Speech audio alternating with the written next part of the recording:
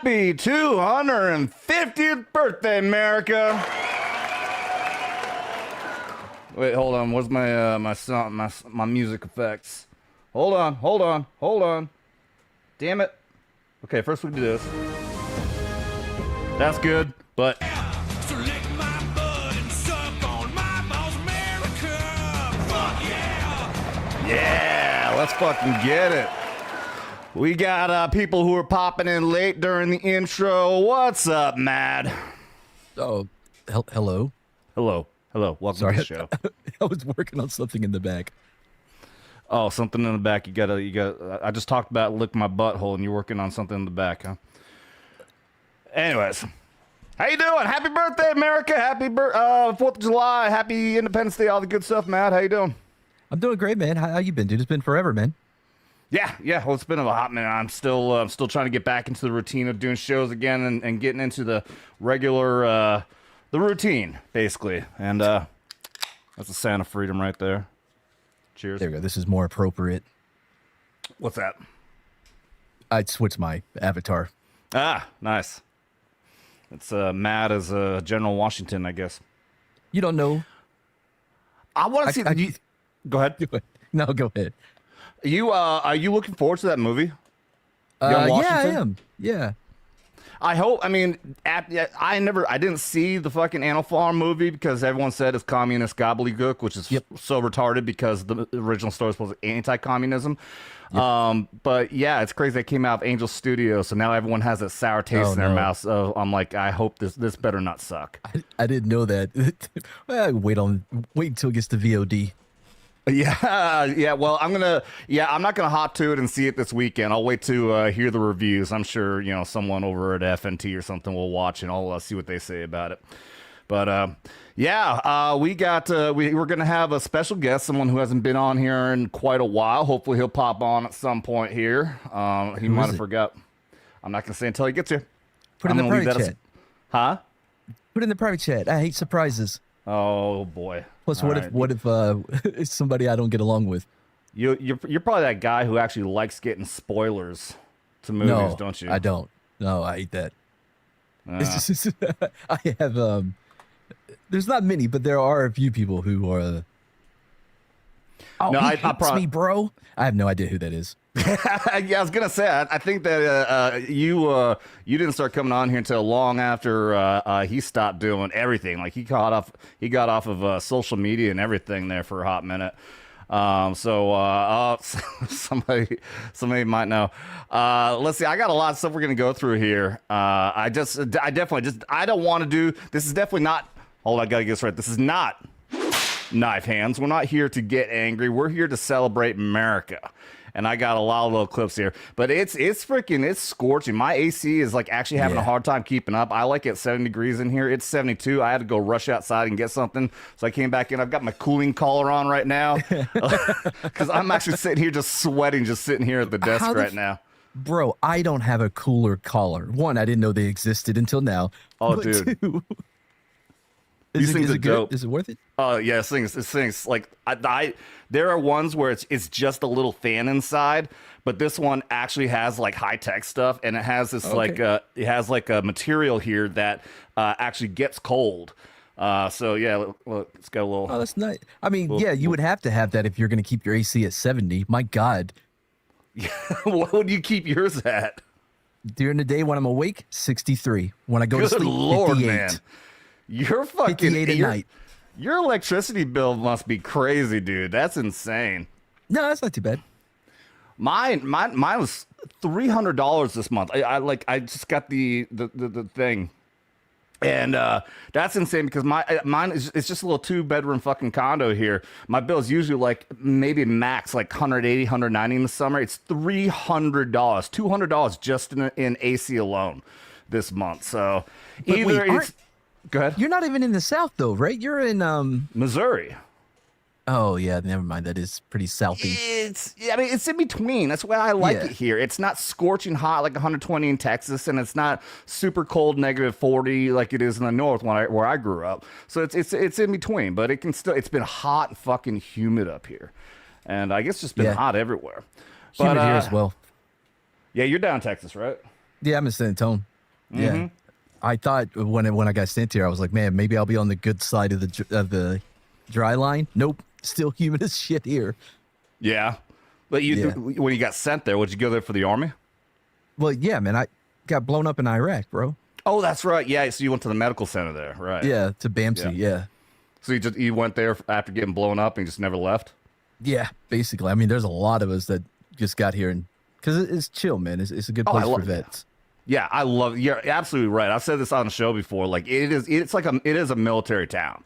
You know, you got Black Rifle Coffee, you've got fucking Grunt Styles there, you got fucking everything. It is an awesome town. I think I told you I spent like a couple months there when I was road tripping, and I would like to go back sometime.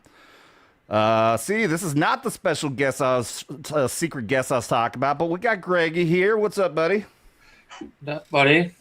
Oh, sporting that. So not the special guest you were talking about? No, we got a secret guest coming up that someone has been on the show in a long time. I want to point out, Greggy, I got his awesome light thing that he made me here. This light box he 3D printed. Oh, awesome! It's good there. Yeah, it looks good. Fuck yeah. So I just want to give a compliment to Greg. He followed through, talked to his boy Mike, got me on. I have not been invited back. He has not responded to me in DMs, but that was on me though. I guess I bombed on this show. Good. I wouldn't take any offense, dude. Yeah, I know. I still haven't even been on the show yet. I was supposed to, but I got fucking shit mixed up. But I got to say hi to some people on here. We're gonna go through. First, I will circle back to this because. Blue Cord Devil here reminded me that I still have quite a few shots to do for him and his lady friend, mostly from when we did the ghost hunt, Greg. So, yeah, I think he's gonna pop in with those shot glass emojis there, and I'm gonna have to just go ahead and just keep doing shots. That's on you. That's on me. That's on me. Clinton House, member for 37 months. Thank you, buddy. Said begun it has. The Vets Talkin celebration. Thank you, man. I appreciate it. I'll be right back. I gotta go make my drink and okay. Shit. Go do your thing. Then why'd you come on here? Why didn't you do all that shit before you got on? Proper preparation prevents piss poor performance, Greg. Oh, wait, you were Air Force. You don't know about that. All right. JB, what's up? JB is in the house. Jumping out of plane and be like, oh, I got to go back and get my parachute. He just wants to show off he has this fancy camera that follows him around. That's all he wanted to do. Just Party Harmonica, what's up? B. Benefield. Did I say hi, Clinton House? Clinton House, what's up? Let's see. JB here, member for 39 months. Thank you, dude. Happy 250th Happy 250th America. That's right. Bro. This camera is how you get caught pantsless on a stream. I know. Shit following you out, you forget about it. Yeah. End up looking like DSP with a diaper. Yeah. That is absolutely, you definitely, somebody gets too drunk and forgets that fucking thing followed, and you see bare ass cheeks walking away. All right. I'm going to circle back up here to Blue Cord Devil. I will do a shot for you in honor of him and his lady friend. I will honor those drinks, as I always say. So as we always do, and this is what we're doing. If there's anybody here watching who's not familiar with what we're doing, we play drinking game rules, any single super chat, do social, $20 or more and do shots. And yeah, if people really, really, really want to, they will keep track if they've given me a lot of money, and they will make me do more drinks after the show is done to make up for it, which I will always honor. So thank you so much, Blue Cordell, for all that money that him and his lady, they gave us a shit ton of donations when we did our ghost hunt in Florida last month. So thank you very much for that. And for that, as always, Blue Cord Devil gets this.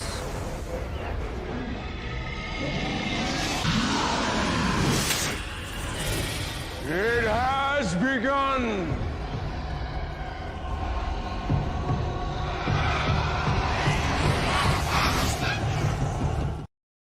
Here's Blue Cord.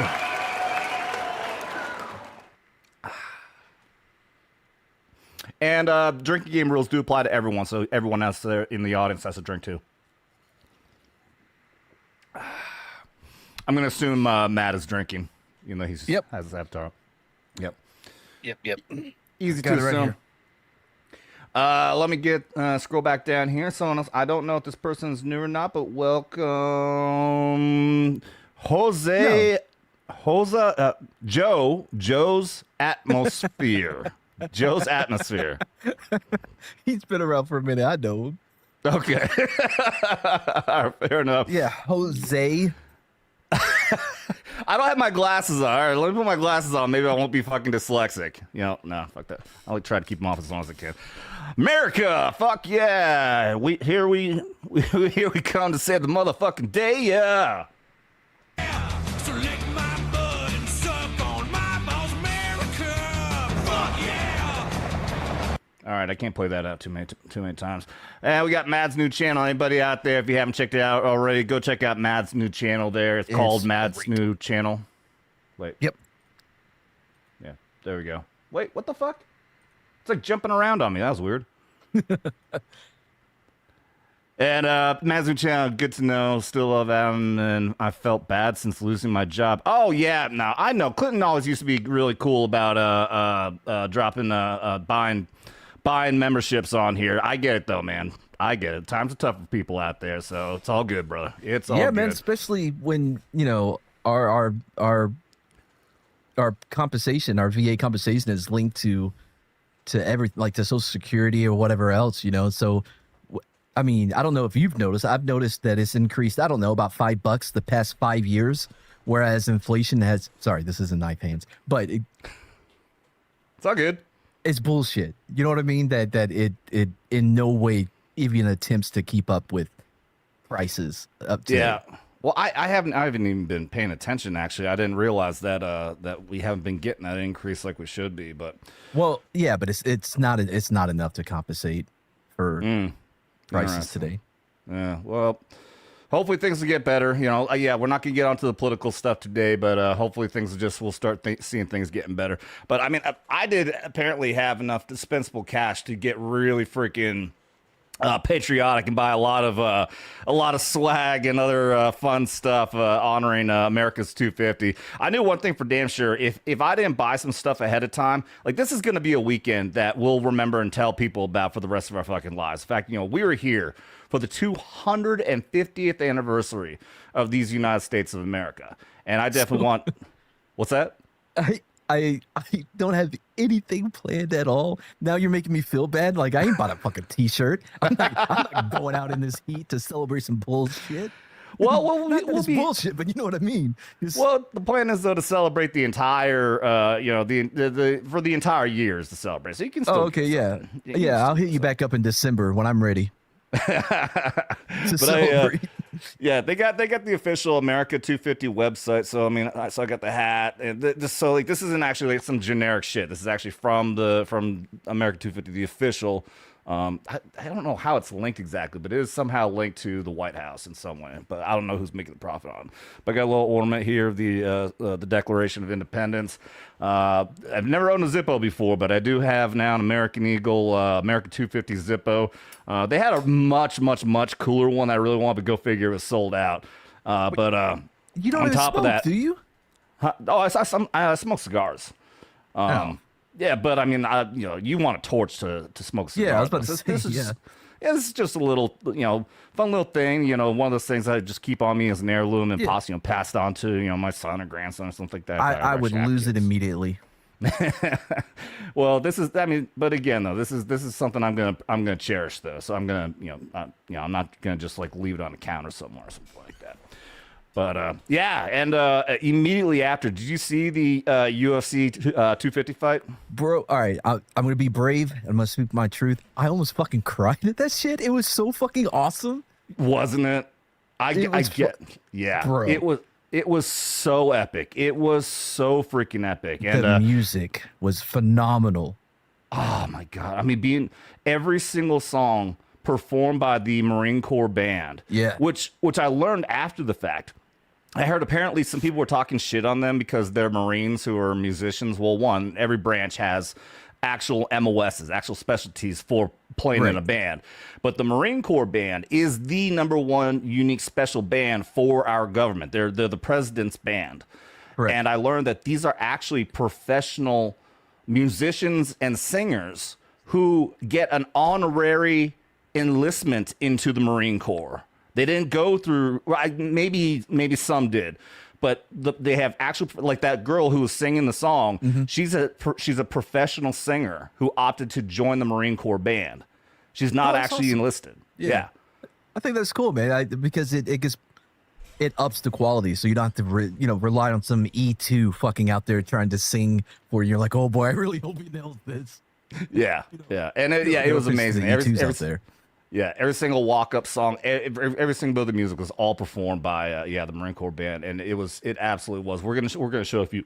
Oh, excuse me. We're gonna show a few clips here, bro. In that main event, bro, what a great fight! I wore for the first time yesterday a big UFC. Shit, I forgot his first name now. Gaethje. What's his first name? Shit, you just made me forget it. I want to say Jeffrey? Matt.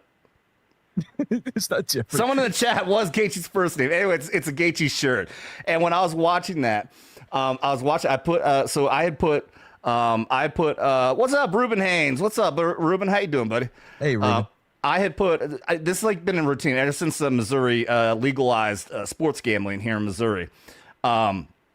I watch the UFC more than ever now. I was never that big into it, but now I like to watch it, and I have a routine on who I bet on, but I put $10 on each match, and then I put $20 on the final match. Well, that whole time, I lost every single one of them, except for Sugar Sean. I bet on him, but he was such a favorite anyways that I only got like $2 back on my $10 bet. But I put $20 on Gaethje.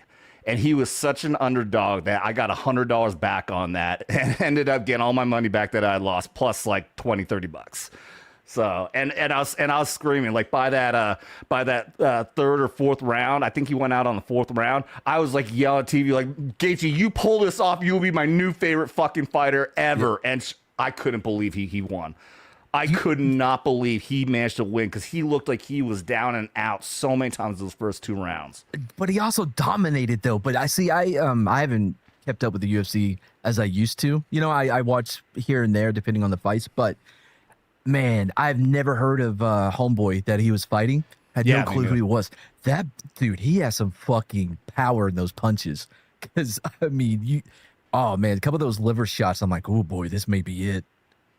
And that's the thing is that there was so many times where you saw like he would take those incredible shots. I was actually just listening to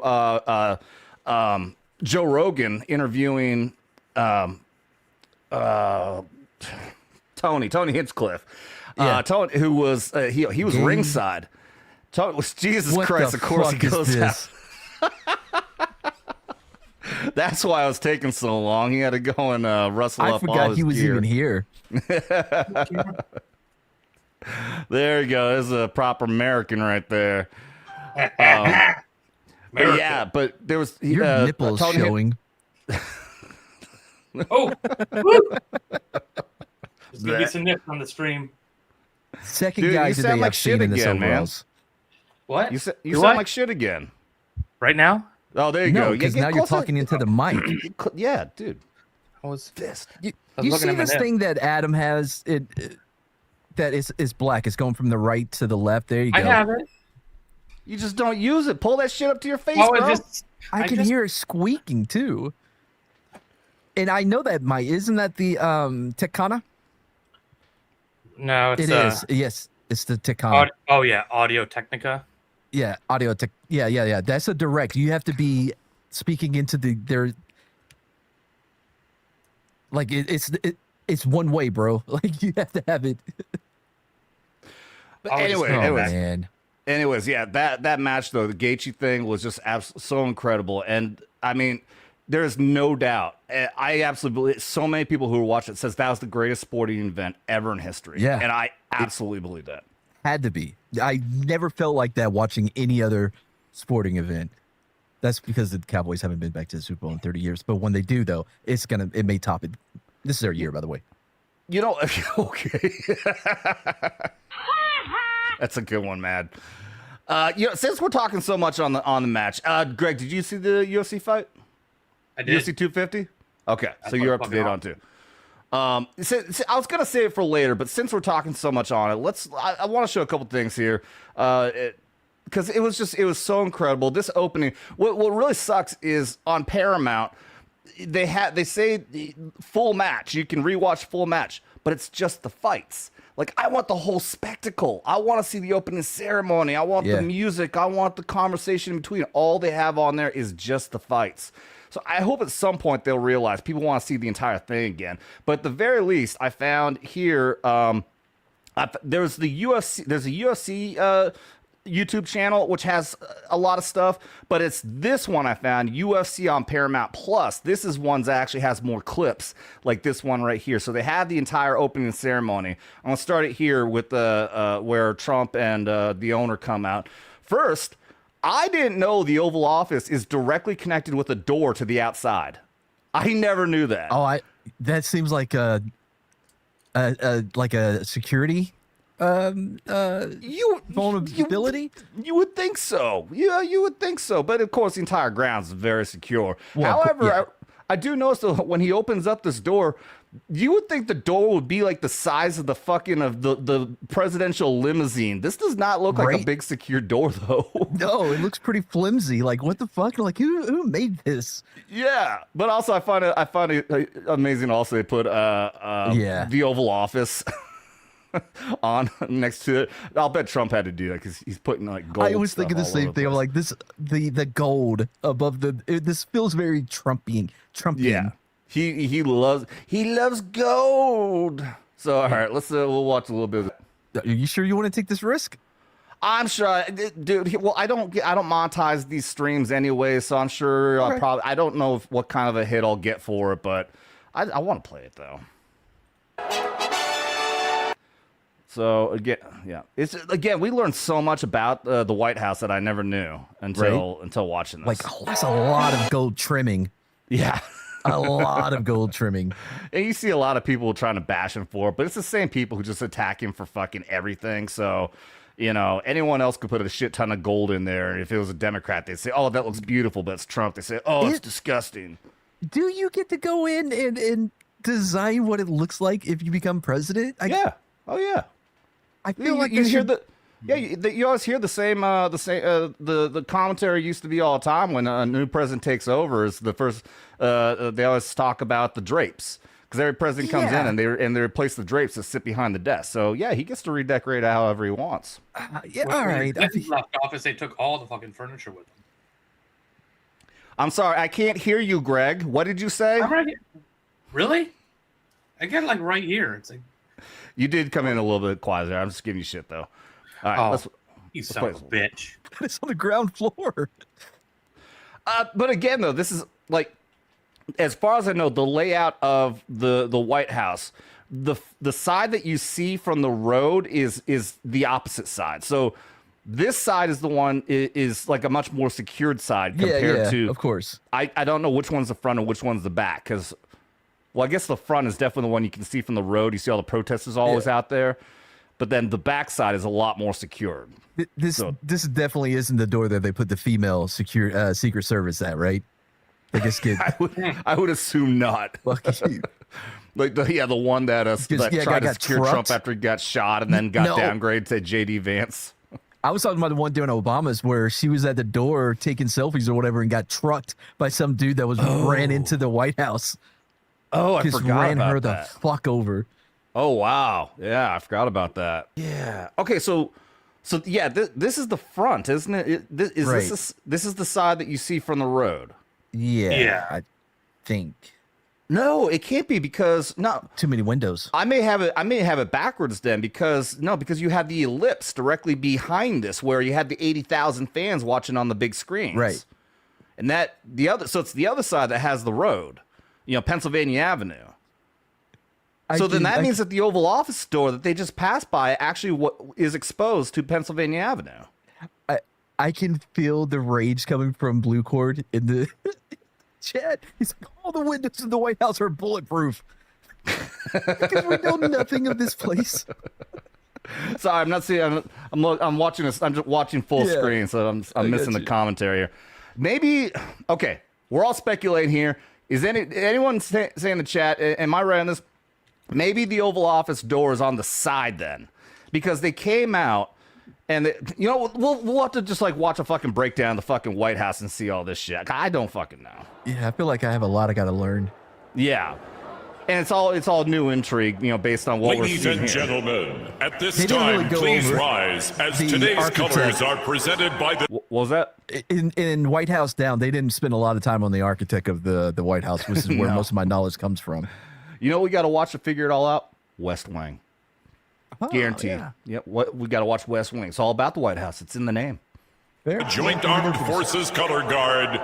You gotta give huge credit to these guys. I used to do color guard a lot, both in high school and then when I was a state color guard commander for my VFW in Vermont. And I've carried flags that are double-sided. I think these are probably double-sided flags. And when you get a good, strong gust of wind, it will fucking pull you over. And these guys are holding it with just one hand. Well, I don't understand why. They got the mount. Well, yeah, I know. You mount it in there, but the way we all would do it, and this is in 22-5, the drill and ceremony manual too, is you hold the base.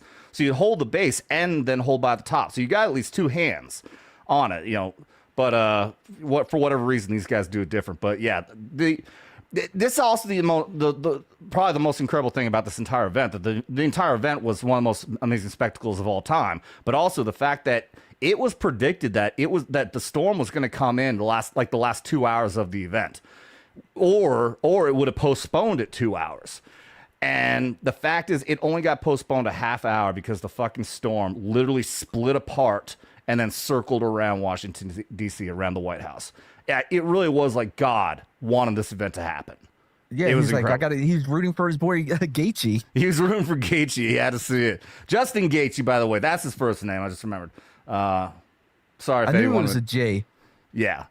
But yeah, it's still, and it just created an amazing sight to it also. I mean, you can see the clouds are still there, the wind is blowing, and everything about this was just incredible. Okay.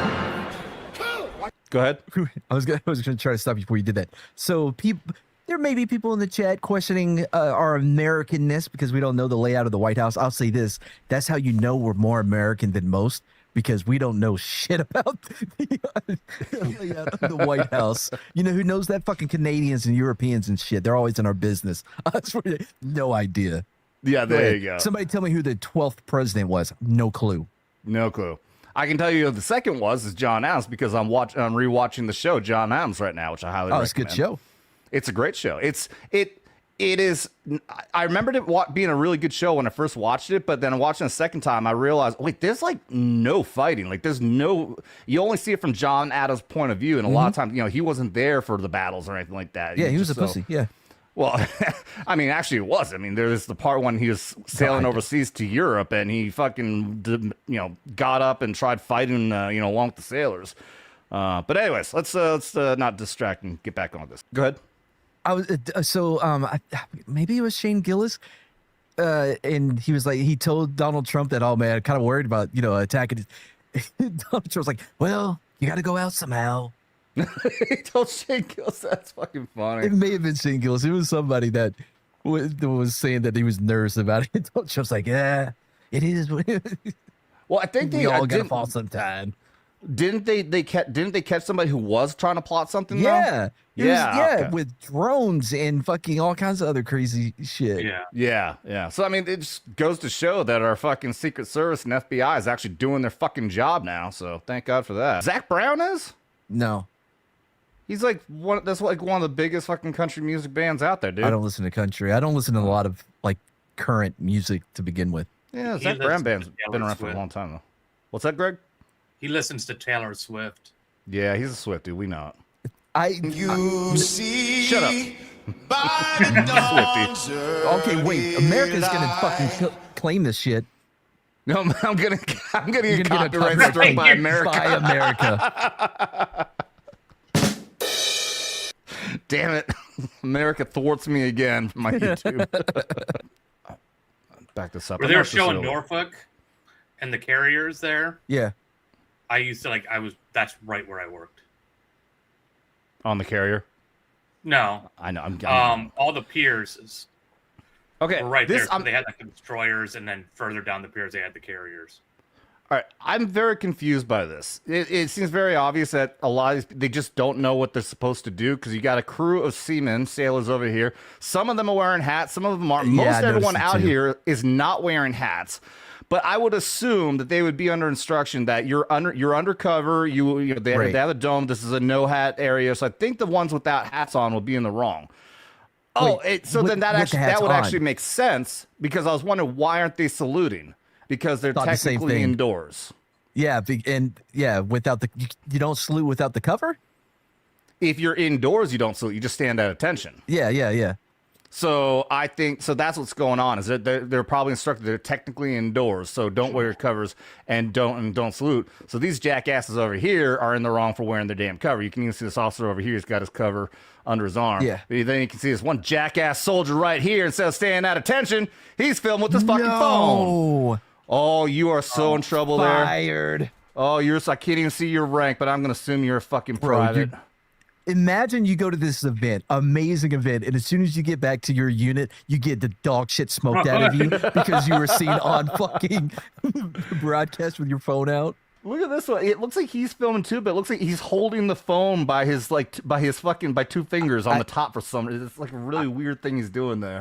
I've never seen someone make filming more gay. Like that is that is absolutely the gayest way you could ever record anything on your phone. That is super gay.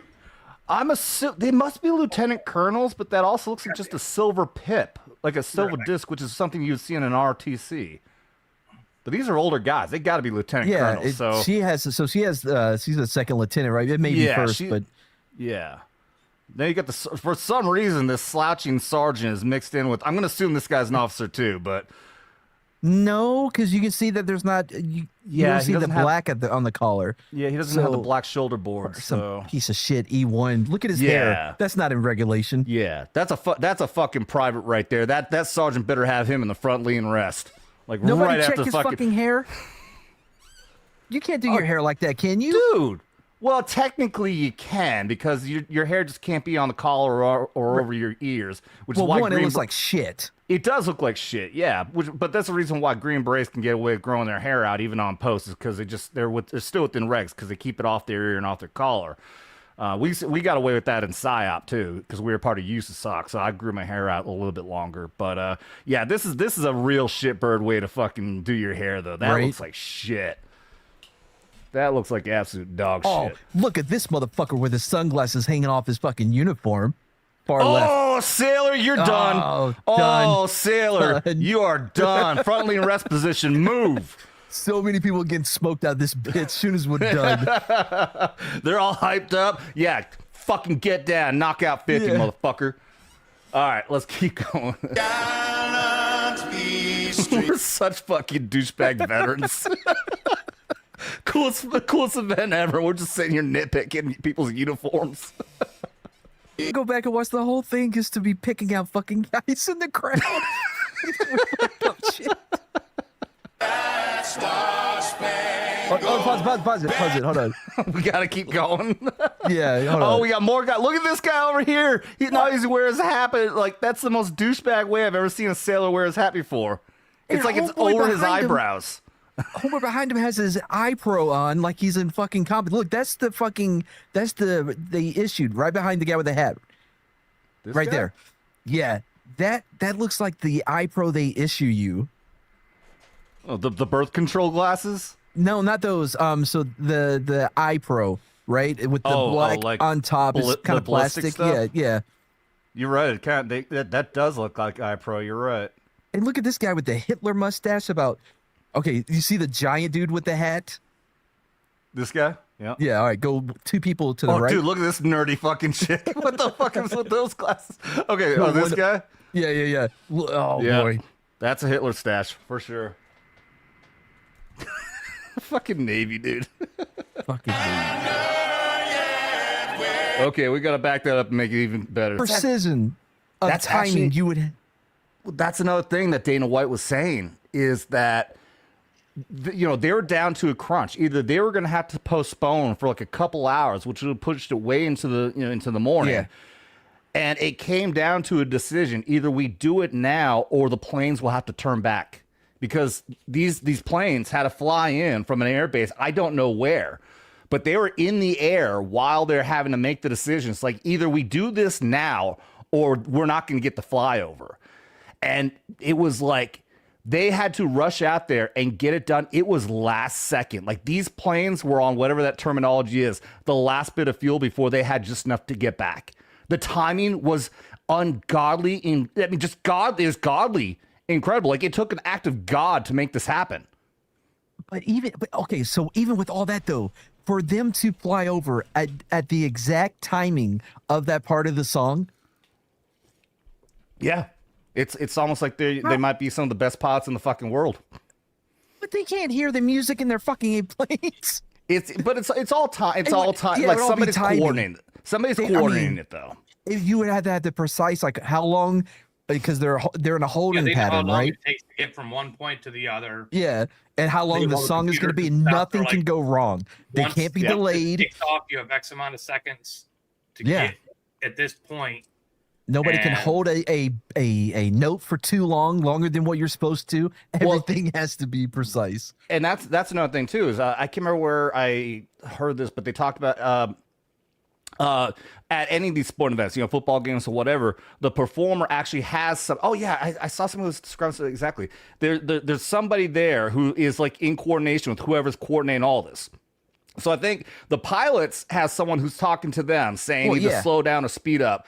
And then there's somebody on the ground also who is giving hand signals to the performer saying either speed it up or slow it down, so that these two will coordinate to have the perfect timing of the flyover. So yeah, this is fucking awesome. It's so amazing. It's so incredible. This worked out the way that it did. Let's see fucking France do some shit like that. Oh wait, they don't have airplanes. Yeah.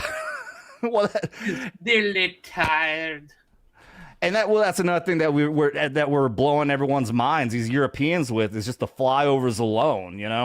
I'm sure that there's a few of them out there who's probably watch like the NFL and can see them on there, but so many of them like they don't do flyovers. So they're out there watching these soccer games in our stadiums and seeing these fucking, B-2 bombers and everything else and jets flying over. It's blowing their minds that America is this fucking badass. I saw one that was at a high school football stadium. He's like, what the fuck is this? Yeah. It is huge. How do you have this many people to fill it? Yeah. Bro, it wasn't that big of a fucking stadium. I've seen bigger high school stadiums. Yeah, exactly. Yeah, I'm sure. Yeah, and yeah, I'm sure I know exactly the video you're talking about, because I've watched a lot. I love them, and I've got a song here. We'll probably play here in a bit.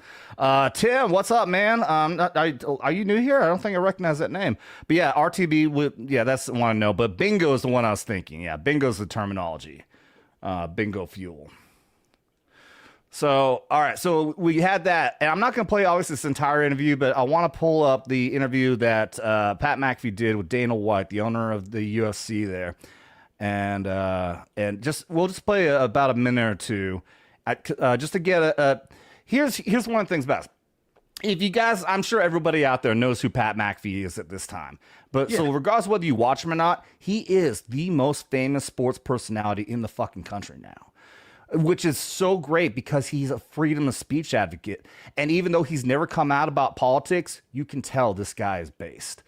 He went on Veterans Day. He went to Marine Corps base, the East Coast Marine Corps, I think, Parris Island, and had Donald Trump on the phone. He knew damn well. I guarantee he knew damn well that he was going to get backlash for having Donald Trump on the phone. And he got a lot of fucking backlash on it. And the very next episode, he basically told every single person out there. Actually, he didn't. Basically, he did. He said, fuck you. He said, fuck you, because we're out there honoring our troops, and to have their commander-in-chief on the phone was just a great honor. So fuck you to all of you backlash. Basically, fuck you, all you bitches. So that's my prefaces to this. So also, this is on ESPN. This is on the biggest sports network, which has been nothing but woke bullshit. They had the George Floyd trial on at one point when the verdict came out. Like, what the fuck am I doing here? I'm watching ESPN and I'm seeing a George Floyd trial. But now they've learned what people really want to see, and that's this man right here, and that's why I want to play the first 2 minutes of this video. Oh, wait, are we finding common ground in sports? Are we potentially changing world with sporting event happening in the front yard of the White House? Maybe. Maybe we're breaking the ice. Maybe we're finding common ground. Maybe we're doing spectacular things that are very, very expensive. Ladies and gentlemen, the president of the UFC, a man that just put on a historic event in the White House lawn and also in the White House. Ladies and gentlemen, Freedom 250 brain and inspiration. Dana White. Yeah, Dana. How you doing, man? Good morning, boys. That, but if you can't tell, that's a Delta Force logo that he has on there. I guarantee he must have been given a shirt by a Delta operator. How are you? Hey, good morning to you as well. Thank you for joining us. Shit. We know you run a very busy life, so we appreciate you taking some time, especially fresh out of Freedom 250. Here we are, expensive as shit, which I think is awesome that you publicly. What's that? I'm trying to help you not get claimed by interrupting as well. That's AJ Hawk on the right? Correct. Yeah. Yep. All-time leading tackler for the Green Bay Packers and an awesome dude. Yeah. Dez caught that ball. Go on. traded company has one part of its company, one of its biggest companies, president coming out saying, lost our ass on this. Okay, absolutely lost our ass on this, but it was awesome. So shout out to you all corpo and business folks being transparent about what you wanted it to be, what you wanted to become. We saw your face, okay, as that. Was that? For all the people complaining about like, oh, all this taxpayer. Bro, the UFC, they lost money on this bitch. Yeah. There was no profits to be made here. Yeah, their only hope in this is that they pick up a lot of fucking new fans, which I guarantee they did. So it's an investment for future fandom to grow. I also don't think they care. I don't think Dana cares. He wanted to do this, and it's phenomenal. You know. Yeah, Dana's like best friends with Trump. I mean, anything Trump needs is just drop of a hat. He's like, it's done. Yeah. And in this interview, he does say, like, they tried asking him, like, multiple times, you know, would you ever do anything like this again? Would you ever do something like this? And basically, he said, I will never, ever, ever do anything like this again. Nope. He said it was such a massive pain in the ass and a massive loss of money. He's like, it was a one-time thing. It was awesome to do, but I'll never fucking do it again. Understood. Yeah, look at that. Pause that. Look at that face. I mean, if they were to draw a caricature of somebody living their absolute best life next to the president at the White House, watching an 11 fighter jet fly over, as Zach Brown. Even Trump is like, holy shit, that's awesome. Is singing the national anthem. 90,000 people are in a park across the street. You got thousands of military members in the front yard. You got weather clear somehow, and everything that you thought it could be, it was. Was this the greatest moment outside of obviously family? Is this the greatest moment of your life? And in this moment, what is going through your mind that made you react this way? All right, and then it goes on. I think it's just wait, no, hold on. Yeah, before this, the biggest thing in my career had been going through COVID. This is by far and away the check. So there's so many things. So check this out. So we're every year for the. Okay, yeah. I put a note in here. Just put it up to like 145, 148. I think I really did want to pull it up just to like I said, the biggest sports commentator in the world is talking about this event being the most incredible thing ever, and how uniting this is for so many communities. And I guarantee that's absolutely true. That, of course, we know there's going to be the far extreme leftist psychos out there that are going to hate everything Trump touches, no matter what. Mm-hmm. But I promise you, there's also a huge amount of UFC fans and just people who actually appreciate this country, who watch this event and is looking at all these screaming banshees and saying, I want nothing to do with you. That was fucking awesome. What do you think? Am I wrong? One of my favorite parts of this whole thing, other than like the fights were awesome, except unfortunately for Derek Lewis's fight. Oh man, same. I love Derek. I do too, but man, he just like I don't know. He's done, every bro. now and again, like something happens in his mind, and he just shuts down. Yeah, he's done, man. It's a shame because I love that dude, but the entrance music was all played by the band. Yeah, we were talking about that. Oh, were you? Yeah, that shit was incredible. Oh shit. Agreed. Well, this sucks. Our special guest, who, somebody already called it, was Raster Caster. We were gonna have Raster back on for the very first time in a very long time. He's not gonna make it tonight. Well, fuck. All right. Wait, what were you gonna say? Do I Matt? know him? No, you didn't. I don't think you popped on until he like I said. Yeah, I think I do know him. Has like a scratch, like a voice, a very Yeah. Okay. yeah. Him I've been on him with a lot. Okay. All right. Yeah, I couldn't remember. Yeah. Okay. Yeah, you've been. Yeah. I was on here early on, bro. You act like I just got here a month ago. Well, I forget because I've taken so many damn breaks, and you fucking go on for fucking like years before you ever come back on again. So That's not true. anyway, so yeah, the UFC event immediately after, I went and bought a whole bunch of stuff, got the swag, and I ordered. They got these. They got like I don't know what you call them, like baseball cards. But I'm waiting for them to. You gotta wait for them to print. So I don't know what I'm getting. Like you could order like the whole set, which is like hundreds of dollars. I ordered just 5 of them, and I have no idea what I'm getting. But oh man, if I get a Gaethje card, holy shit. Oh my god, the entire event was just so incredibly fucking epic though. So I mean, obviously we've been sitting here talking a fucking hour just about that alone. So that Gaethje fight, like what it probably, because that God, I can't remember the guy's name that he fought. I think he's the better fighter. Ilya something. Yeah, I think he is the better fighter. I think you're right.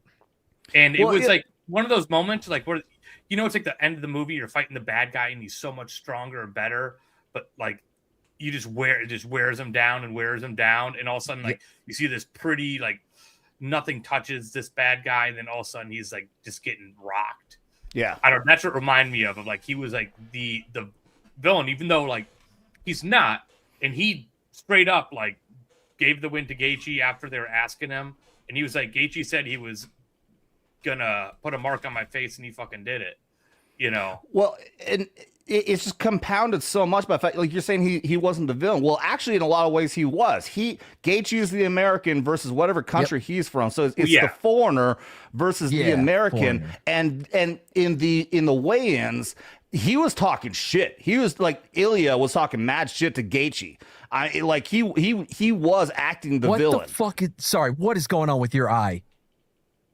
Oh, he's got a thing. I have Tourette's. Oh fuck, dude, my bad. Sorry, it just caught me off guard. I thought that maybe you had the the thing that makes it's AI and it has your eyes looking at the camera all the time, even when you look away. I thought it was like glitching out or some shit. Well, he does glitch out, but it's not AI. I've never noticed that before. I feel like an asshole now that I called it out. Oh fuck.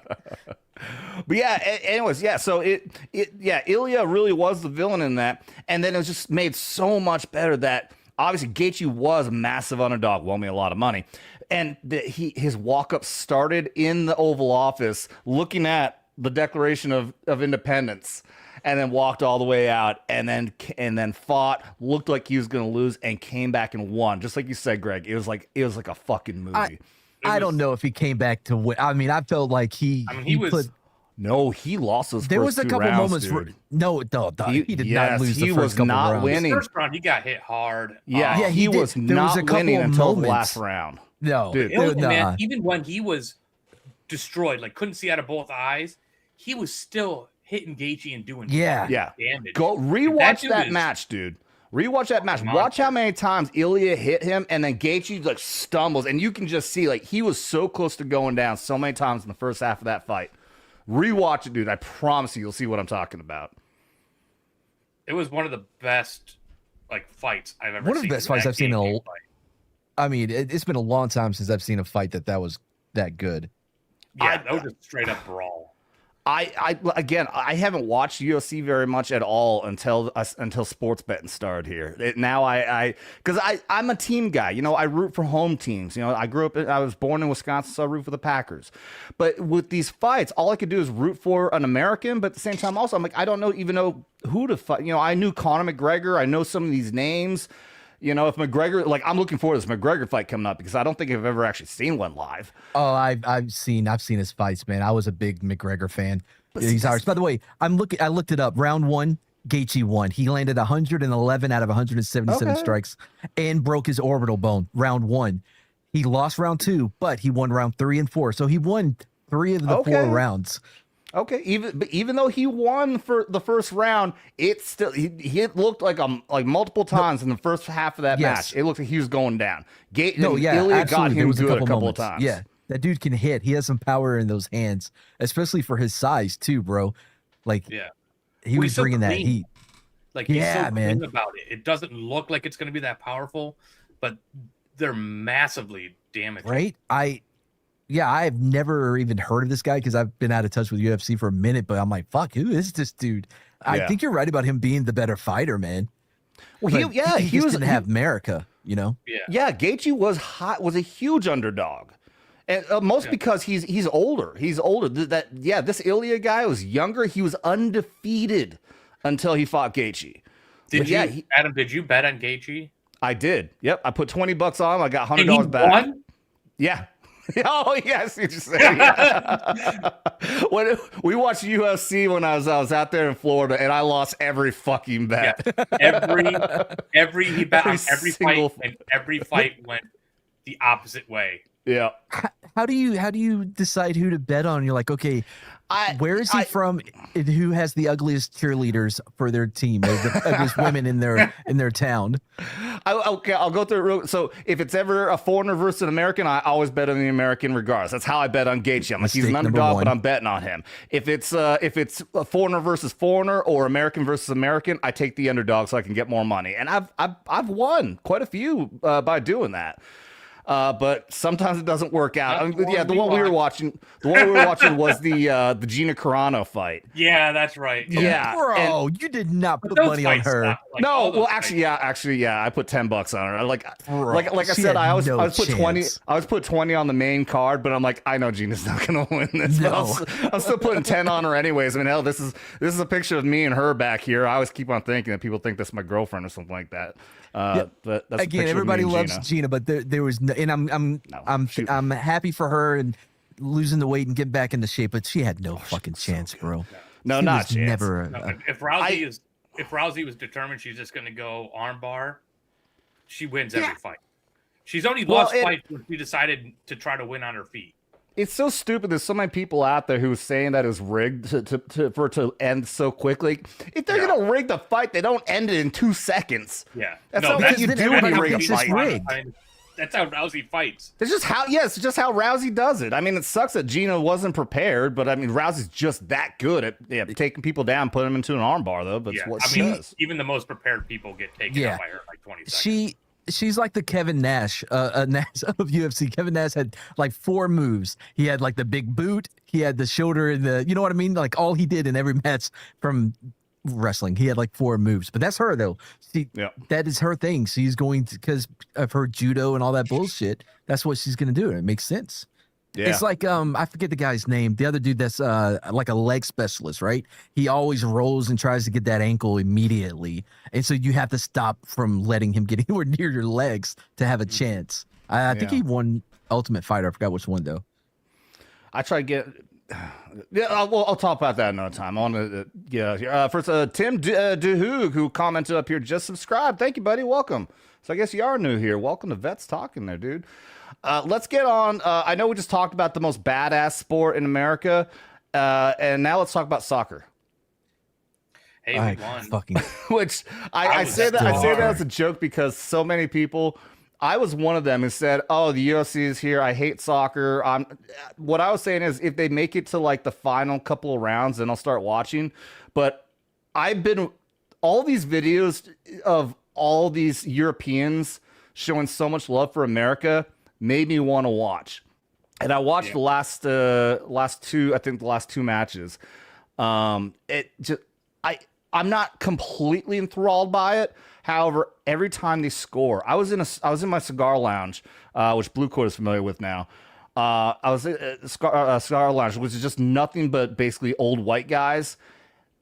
The room fucking erupts every single time America scores a goal, and I fucking love it. It really is so much fun. And the end of each match, they play Country Road at the end of every match. Everyone's singing along. It is so heartwarming.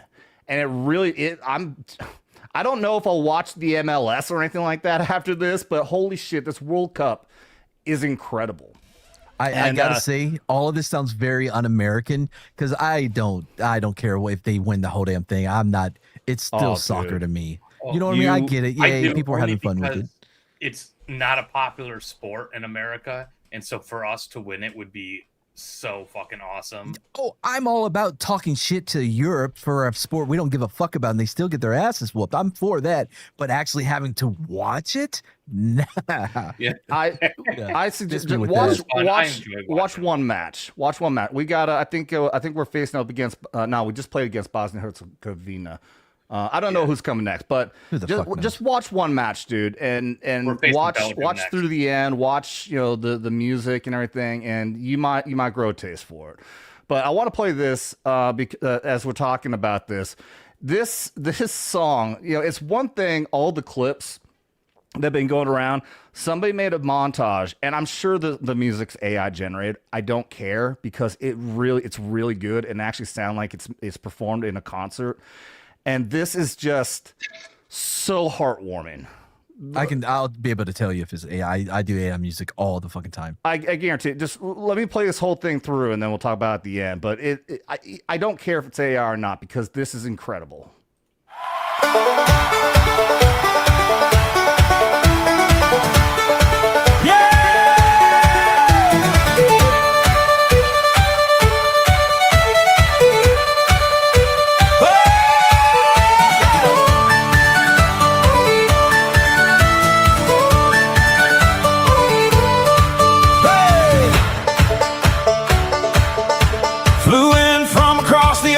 Didn't know what to expect. Saw the skyline out the window and I nearly broke my neck.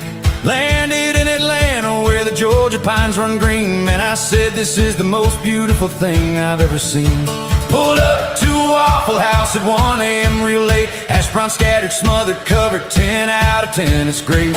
Discovered free refills and I almost lost my mind. Found the kind of welcome that I never thought I'd find.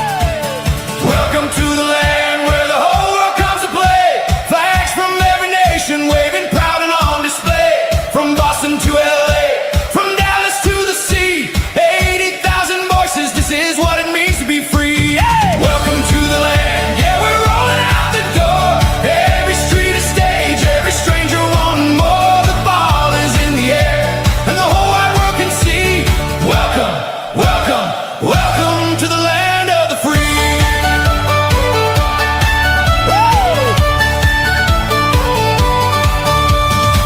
Marched into Boston with their bagpipes ringing clear. Kilts and tartan everywhere, the whole city stopped to hear. They sang Flower of Scotland at the Red Sox Fenway Park. Lit the whole of New England up and glowing in the dark.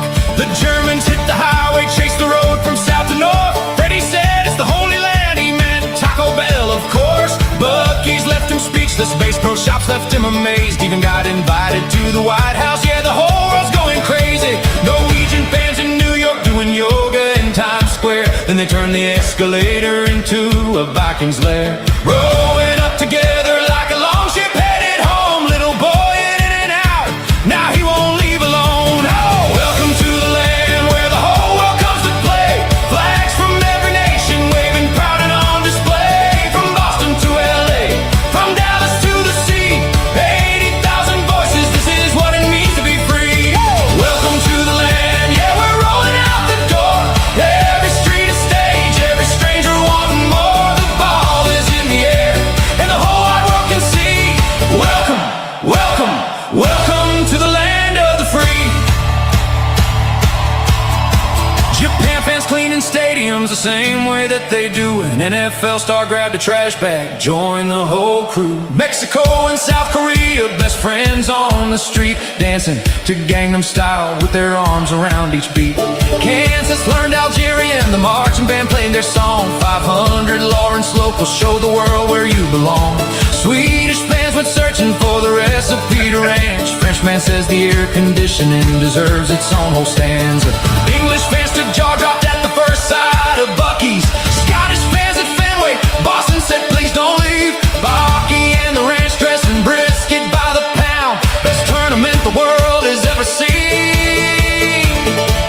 and we're just getting wild.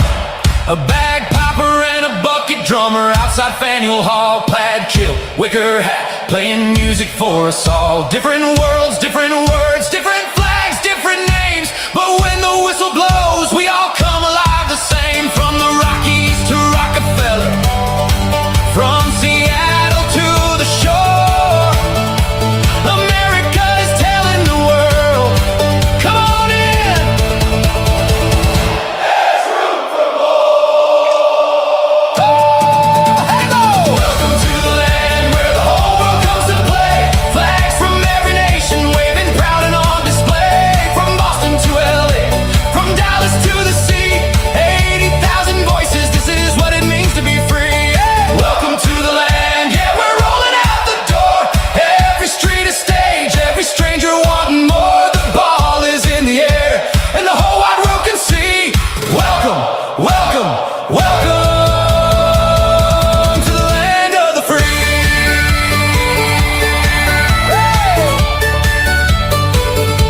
To the land of the free.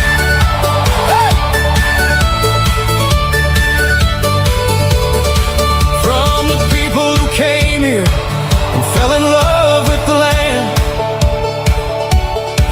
to the people who live here and reached out a hand. One beautiful game, and one beautiful truth. The whole world is welcome, and the whole world came through.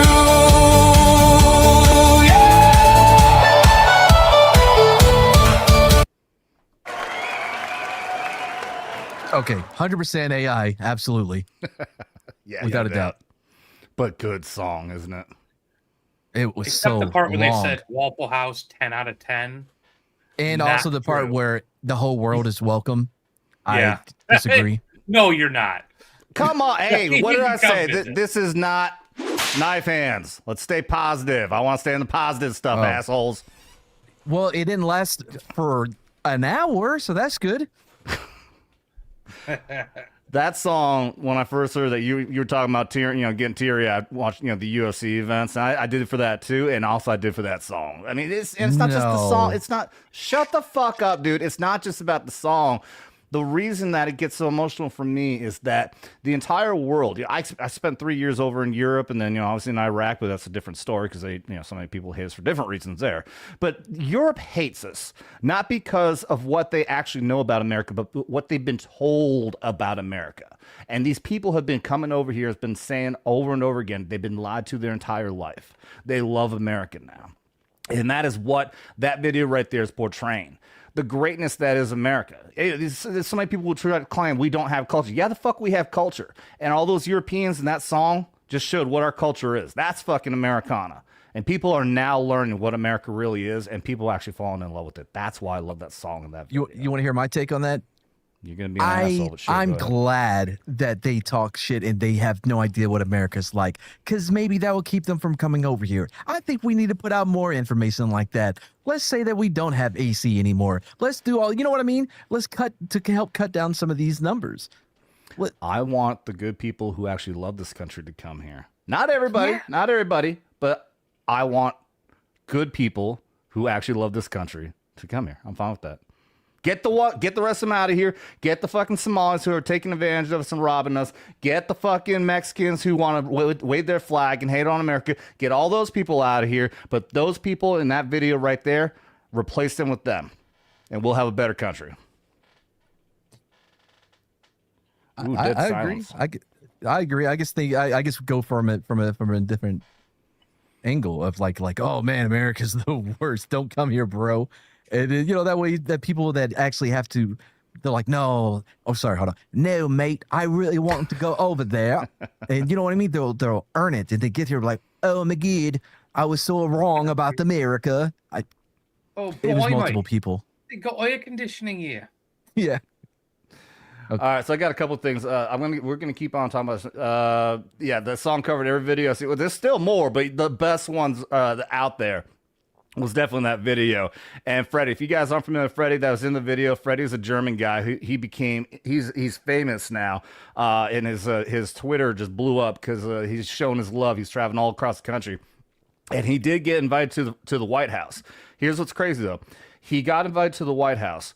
He had to shut his Twitter down because he's so upset by the amount of hate that he's getting, simply because he's showing love for America, and these anti-American Americans are hating on him. He's getting so much hate that it's ruining his trip. So he completely shut his account down, but they still want him at the White House regardless. So it's very cool. The whole the Freddie thing became so famous that he was on radio stations and all kinds of stuff whenever he was passing through. It's really cool.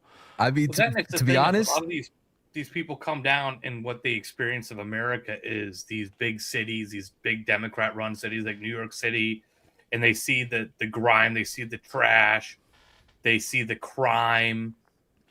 They're not seeing that though. They're not seeing that though. Because they equate that to America. Now they go into the heartland. Okay, I see what you're saying. Yeah, and they see like, oh, this is what America is. Yeah, you see all the Japanese are like, we started telling people we like we just experienced barbecue and love it, and they're like, oh, come to our house, we'll cook for you. You know, it's just like that's what they're experiencing now, and it's changing the whole script on what they've experienced and what they've been fed. And I don't like it because now they're going to want to come back. You are such a fucking downer. I told Blue Cord that he's got to put those shot emojis in so I can catch up, and apparently I've just simply missed them. So let me go back up here. He said he sent a picture of the White House layout. I'll look at that later, dude. I got stuff I want to get on here, but all right, let's got a shot ready to go here. To catch up for everybody who does not know, we do shots for $20 super chats, also for $19.99. All right, I equate that as being 20. You're fine. I don't need that one extra cent. But if I get more than I can do in a night, then I will. People like Blue Cord will hold me to it, and I will honor every single super chat. So with that, let's get up here and do. Let's see. Matt is somebody. They don't know what the fuck they're doing. So that's you, Matt. And also just for pure fucking love of America, let's do this one first. America, fuck yeah! Cheers, Blue Cord. Lick my butt and suck on my balls. America. Ooh, that one burnt. All right.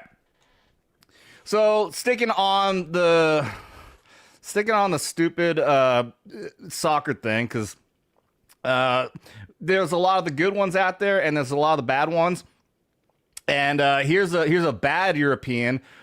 Even though this video is not him showing love for America, it's showing him figure out what the fuck America is about and our fucking freedom of speech. So watch this fucking stupid douchebag. We have a situation where the gentleman that was there is actually being racist. So we're getting. In case you didn't make that out, he was being racist. Supervise our reporting to steward, because kick it out is the saying. I will stand by that. So he's gone now getting supervised, and we'll see what.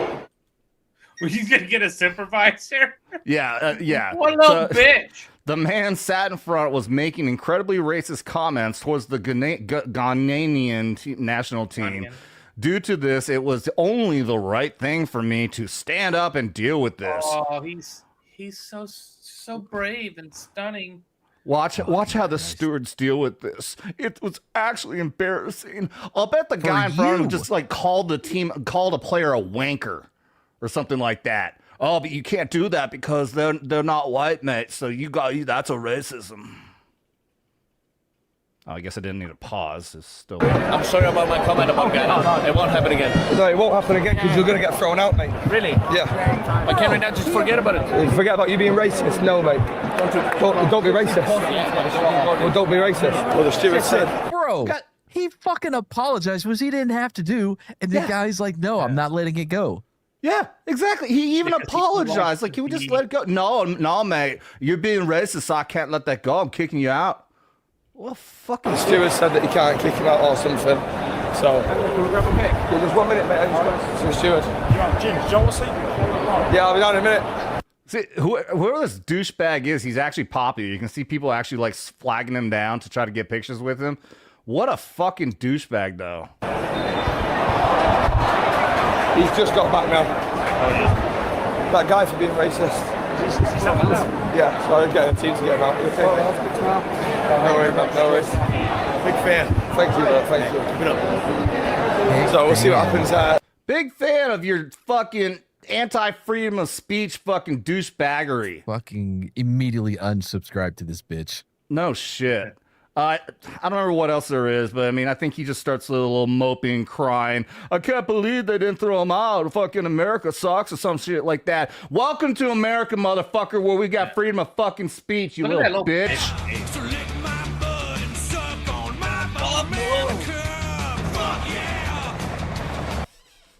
Yeah. See what I mean? Freedom is the only way, yeah. So like I said, we got a lot of people who are learning what's great about this country. And this guy actually also did, because we can say what we want around here and not have whiny little bitches like you get to press charges against us for it. But what bothers me the most is the dude apologizes and he's like, no, mate, I still have to do this because it's the right thing. Bro, you're such a bitch, dude. Yeah, he just wants to look. He wants to be the hero. He's got the hero Which complex. is why he's recording. To make a stand for this because I'm brave. And I need to signal my virtue. Yeah. And unironically, he did. Yeah. And it's not good.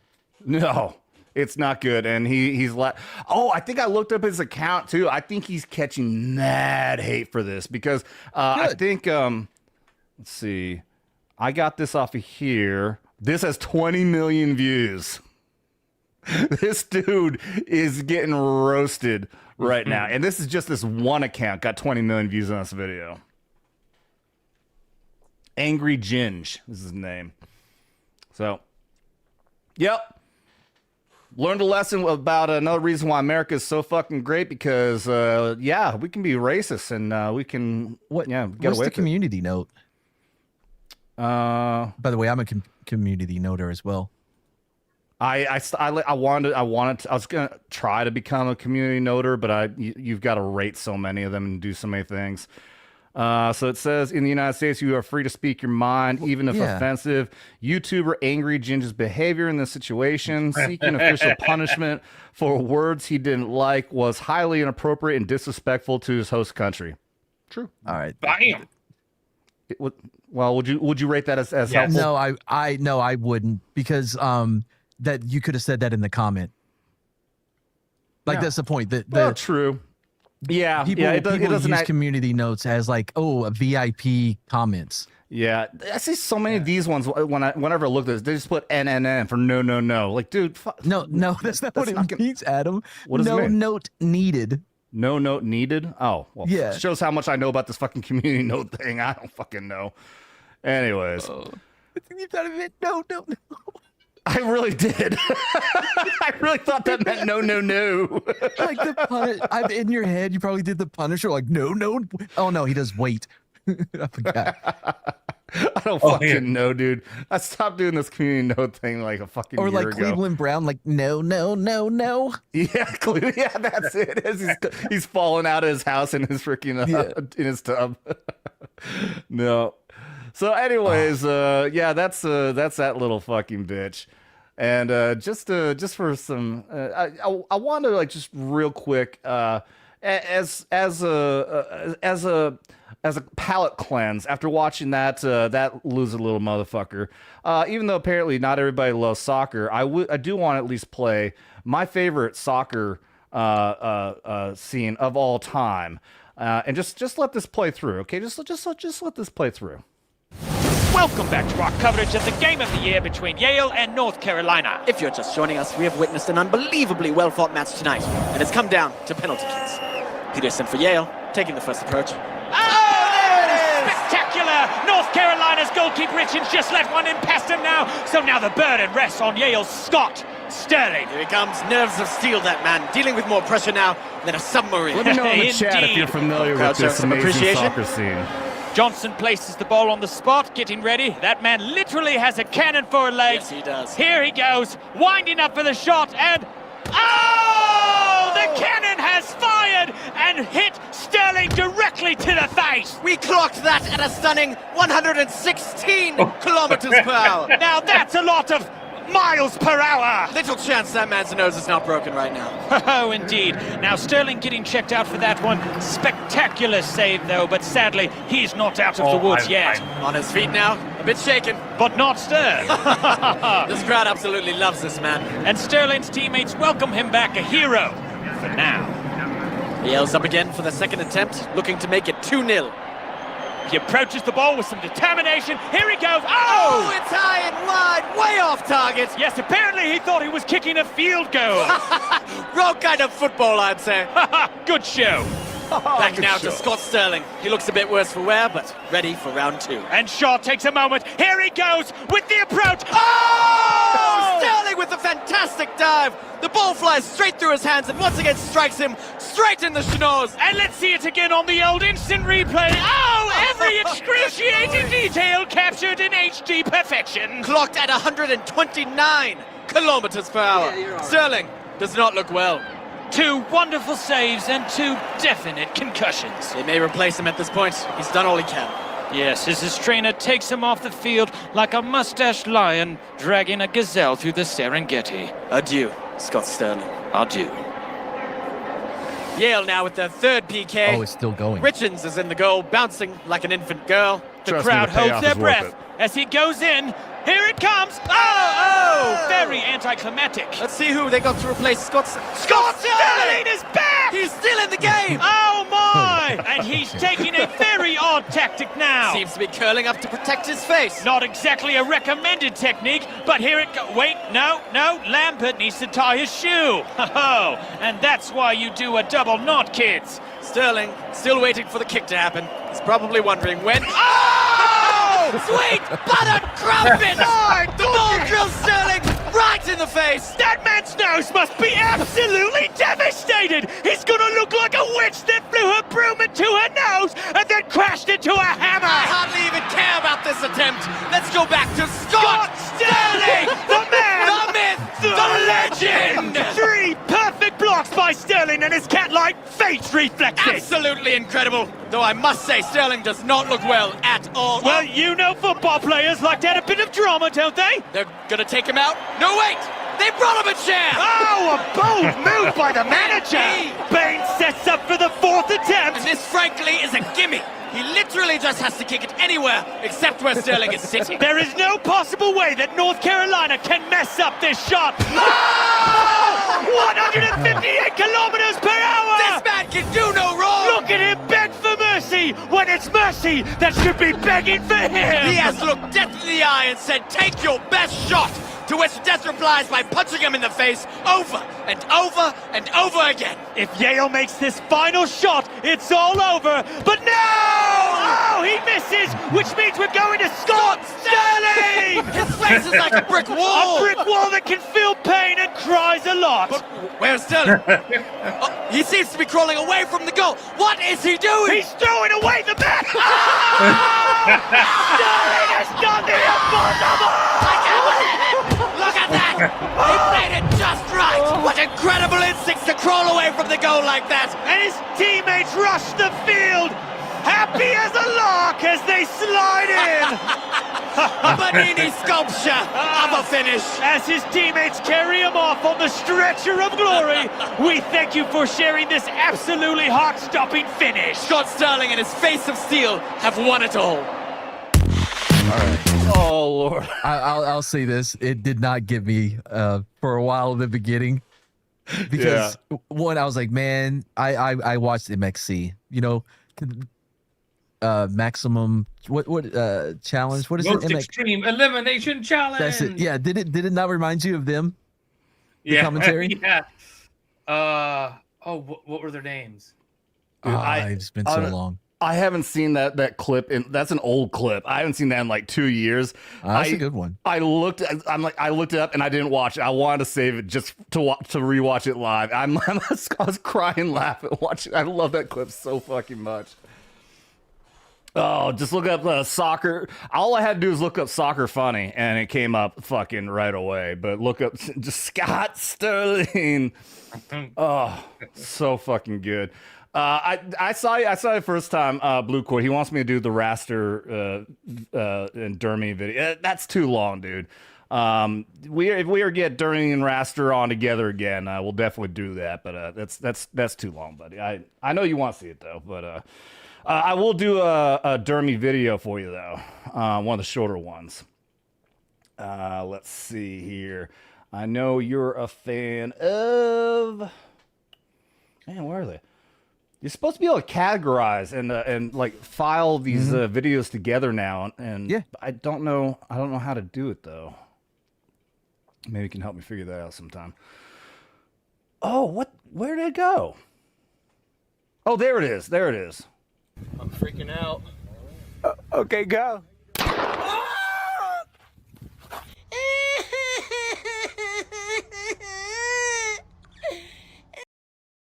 Cheers.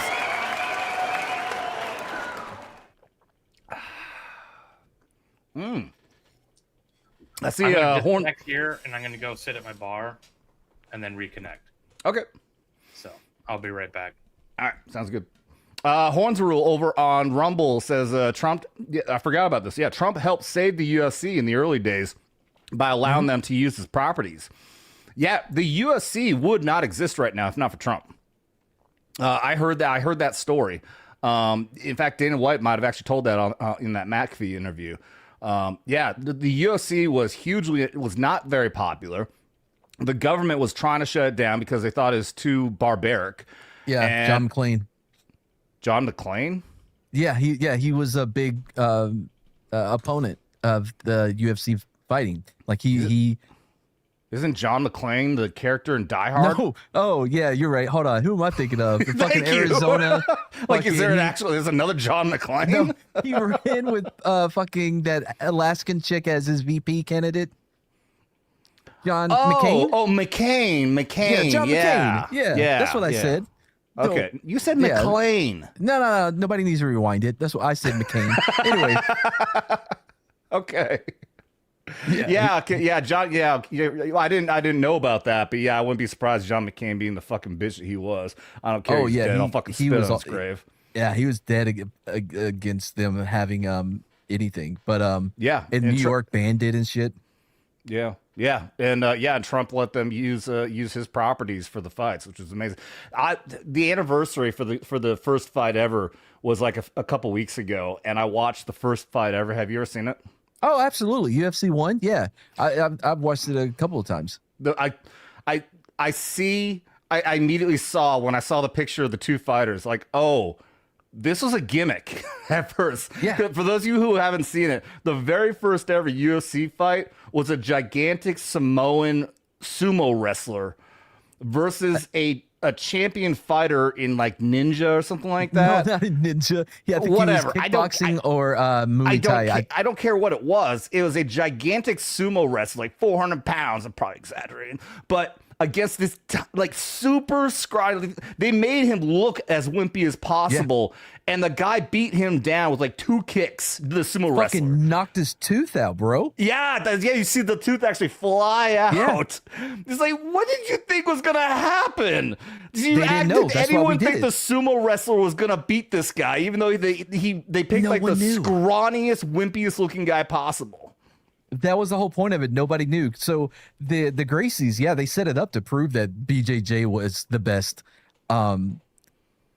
like martial art that there is. So that was the whole point of it. Yeah. But I mean, but again, the spectacle of it, putting a sumo wrestler in there versus a martial artist, it was clearly just a spectacle, at least at that point. So, I mean, obviously, they crafted it, they put in the rules because it was no holds barred basically at that point. It was like no rules. So you couldn't bite, you couldn't No, I think you could punch the dick too, though. Yeah, I think that was okay too. Yeah, but I mean, obviously, they crafted it and it became what it is now, and now it becomes one of the most incredible sporting events of all time.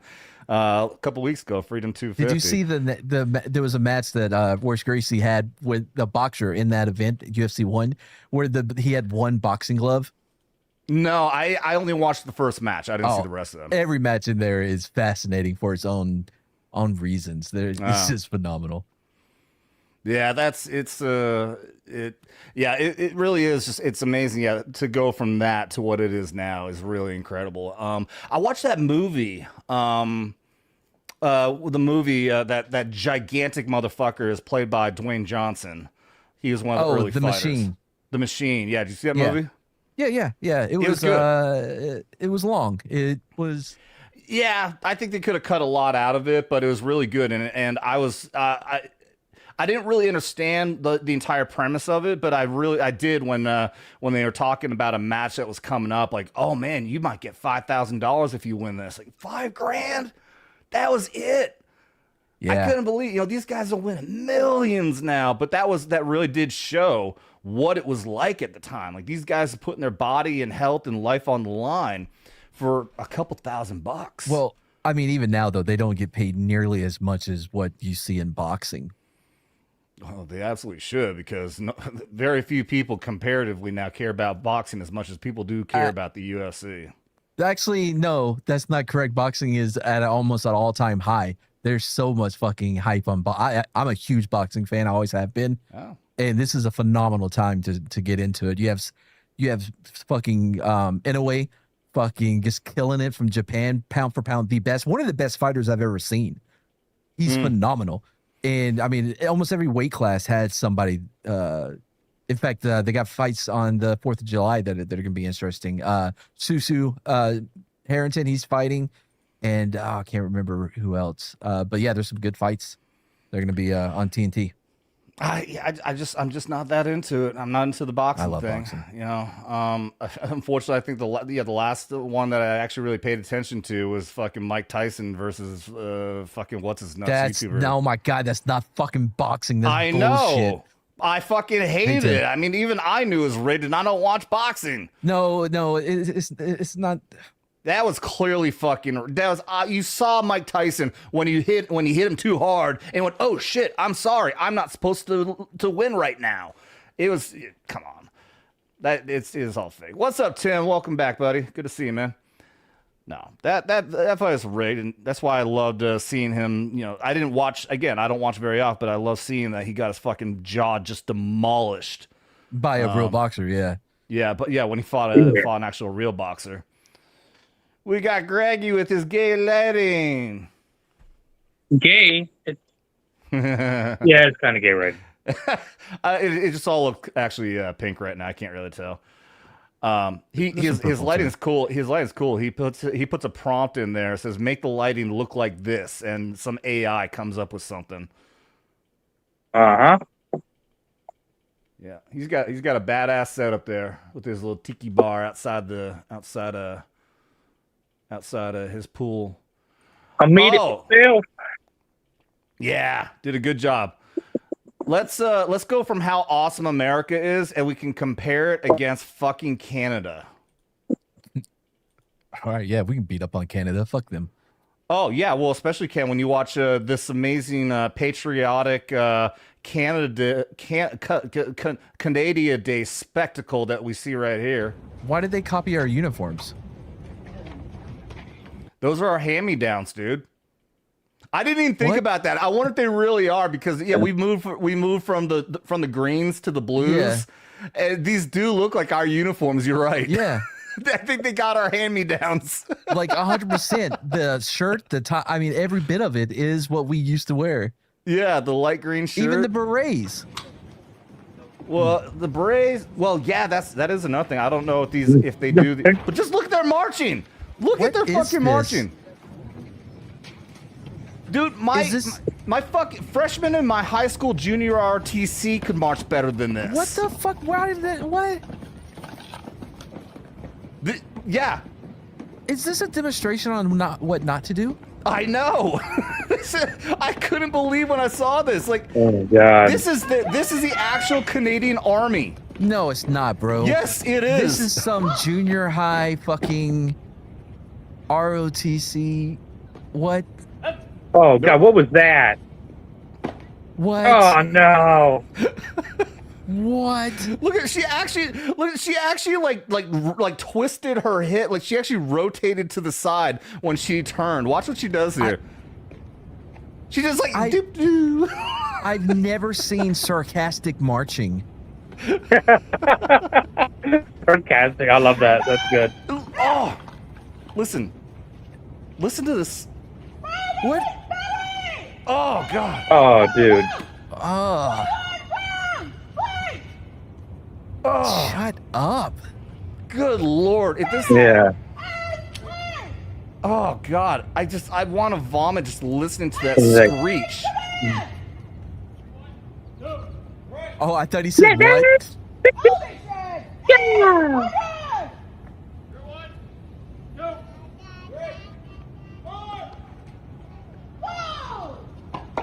Even that baby's mocking her. Wait. I thought they were counting down to it fucking... Who counts down to them loading it? I don't know. The entire they're all looking around like they don't know what to fucking do. Anyways, that just so this guy who retweeted this actually was a sergeant in the Canadian Army. I remember the bad Remembrance Day turnout. Don't know what that is. This is far worse from a drill team. How can a senior NCO accept this at a public event? Zero pride, zero provision, zero practice. It's like they are fresh out of BNQ, which I'm assuming that's basic training for them. But then again, BNQ grads would have drilled if you're fresh out of basic, you'd be on point. Yeah.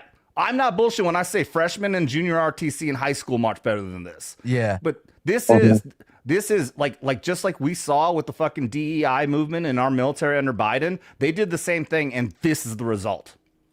Remembrance Day, I believe, is like their equivalent to our Veterans Day. Something like that, yeah. And this is what they get, though. This is the Canadian military, man. It's already weird also that they wear... They can have facial hair. Like I had, I saw that guy. Craig the Cyborg. Was it Craig? Mark's husband? Mark the Cyborg. That's right. I had him on, and we discussed the differences. And like, yeah, they don't care. We can have facial hair and everything. There's Mark's that guy with the beard. I think this person over here, whoever's commanding this group over here, that guy has a fucking goatee. Maybe it was somebody else. But anyways, it doesn't matter. This is a joke. Yeah. These people are a joke. That country is not a serious country. They're not a serious people. This is ridiculous that they depend on us to defend them. That's why they don't have to have any actual discipline or good military at all. We could literally just walk across their fucking across the border and say, everything you have is ours now. Yeah. Give us back our uniforms too, bitch. Yeah, give us back. We're not going to wear them, but you can't have them. Out of principle. Just out of pocket. Yeah, just out of spite. And they're like, sir, what you said is really offensive. I don't know what you're talking about. But you need to say your story. I think you said a racism, so I'm going to get the supervisor, and I'm going to have you kicked out of here, mate. Oh, wait, that's English. It's all the same. It's all the same. They're all silly. They're not American.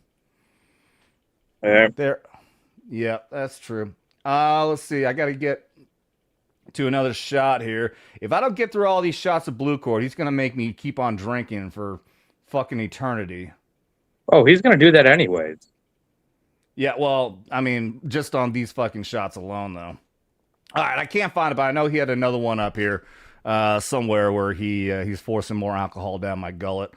And once again, I'll put the banner up. This is the reason why we're drinking. $20 super chats, including $19.99 if you're on your mobile. And we do shots, and I have to honor a shitload of shots for Blue. Oh, is that where the $19.99 comes from? Is mobile? Yeah, in on mobile devices, it doesn't allow you to pick the exact dollar amount. All you can do is use a scroller that goes from $1.99 to $4.99, so on and so forth. So yeah, anytime I'm saying $19.99, that's why. And because Blue Cord Devil just keeps on making me have to drink, I'm gonna give you this Blue Cord. This is what I want to do to you. Quick, baby!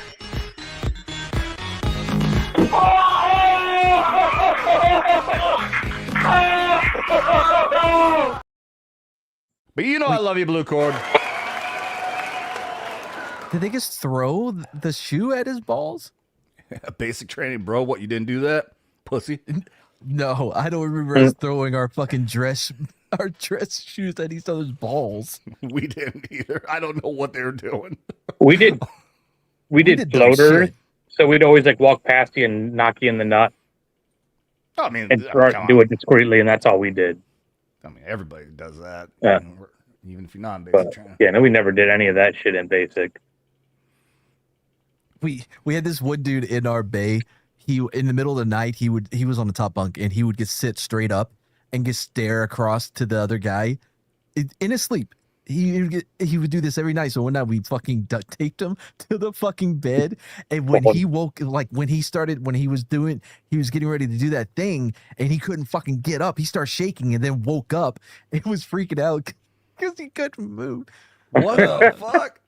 What? It wasn't our fault. He was a weirdo. Don't be weird. Don't Shit won't be happen weird like that. That's all you gotta do. Just don't be weird. We had. I get. That's actually another thing I should add to my instruction. If anybody asks me about what's like going to basic training, one, just don't try to be a hotshot. Just fucking get through it. Don't fucking tell any fucking stories. Keep your head down, and you'll be just fucking fine. Basic training doesn't fucking matter, especially afterwards. Don't tell basic training stories to anybody in active duty. No one gives a fuck. But I should add that one also. Just don't be weird. Just don't be weird. Yeah. Don't be weird. Yeah, you'll be fine. Just follow the rules. Don't make excuses. Don't make a name for yourself. Sit in the background, get off the radar, and you'll be fine. The number one thing, be in the right uniform, be on time, and your military career will be fine. Yeah. And all just remember Roger Sargent. Roger Sargent to move out. That's all you got to do. It is the easiest fucking thing in the world. And too many people just don't fucking understand that. They just don't get it. All right. Have you guys seen the new Air Force One? Yeah, I saw it. Greg, have you seen it? I think I've seen a picture. Trump just had his maiden flight. Oh, wait. Oh, this is wrong. Oh, this is wrong. Oh, this is cool too. We'll get to the Air Force One, but this is cool too. They're looking at supersonic airplanes again. Oh, nice. Yeah, pretty fucking cool. You know,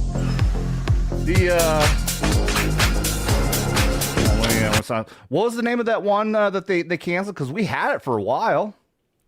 I forgot the name. I know exactly what you're talking about. Yeah. When it would land, when it's on the ground, its nose would go down because it has to stay so aerodynamic that it covers up the bottom portion of the plane. But it's like two of them crashed, which that sucks. But we have accidents, airline accidents. We don't cancel the other fucking planes. So it's ridiculous that we haven't had a supersonic plane for regular travel in so damn long. Concorde, that was them. Yeah, Concorde. Yeah, thank you, Clint. They're still kind of around, aren't they, or no? No, they canceled it completely after the last accident. I think it's similar to what they've been doing with nuclear power for so long. They're like, no, it's so is it? No, it's not dangerous, actually. Yeah. It's the safest and cleanest source of energy. Yep. Yeah. You're absolutely right. Yeah. Cleaner than your mom. Oh, he didn't. No, you're right. They make a boogeyman out of it because it's a couple of accidents that. Okay, Fukushima. And I mean, Fukushima was not actually that bad. Well, it wasn't us. It wasn't us. But I mean. Okay, this is what happened. Yeah, with Fukushima, it was a corporation that cut back on the water walls, the walls that would have stopped the freaking tsunami from coming in. So that was corporate greed and cutting back on money. And then of course we all know, man, my brain is farting. What's the Russia one? The one Chernobyl. Which I've watched that series. That series is so good. Anyone out there, if you haven't watched the Chernobyl it's not a documentary. It's actors and everything, but they portray it HBO. The way. It's on HBO. Watch it. I've watched the series like 5 times. It is so good. It's really good, yeah. that was caused by communism, which also, just like the corporate greed, was due to cutbacks. So as long as you don't get the human error and you get the stupid, greedy motherfuckers who want to cut back and get cheaper materials or don't get the bigger fucking water walls, then fucking, yeah, nuclear power is great. You know, everyone wants to look at fucking 3 Mile Island. That actually was not, that's the one that actually wasn't bad at all. That's what I was going to say. Yeah, the worst that they thought was because there was some meters that went off about some they thought it was leaked radiation, and that's what the news media ran with, and the people and the representatives of the company did a horrible job on explaining it was a purposeful fucking release of pressure that happened. It didn't cause anything. There was no increase of cancer, anything like that. Nobody died. Nobody got sick. Leaked. But people still use that as a boogeyman, just like we're talking about here, to say that you shouldn't have nuclear fucking energy. Well, because that's a weird tangent to go off of when all I'm trying to say is, yay America, yay Trump. We're getting supersonic planes back. That's what were you my gonna fault. say, Greg? I made the comparison. Yeah. I just say, like, it's just green. It just proves these green agenda people don't actually want clean energy. They want stuff that is not going to work in the long haul because it just it's a money making industry. If being green is not going to make money, they'll manipulate the people into something else that'll make them money. Well, Thunberg, he literally has just transitioned into, it's all about Palestine now. Yeah. That fake country. Say that again. I said that fake country. Yeah, that fake country. Let's not get into that tangent on a show that's not Fuck Palestine, go America.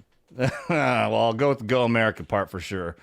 But yeah, I mean, obviously I agree with you on the other part also, but we're trying to stay pro-America here. America! Fuck yeah! So lick my butt and suck on my balls, America! Fuck yeah! All right, here is the maiden flight.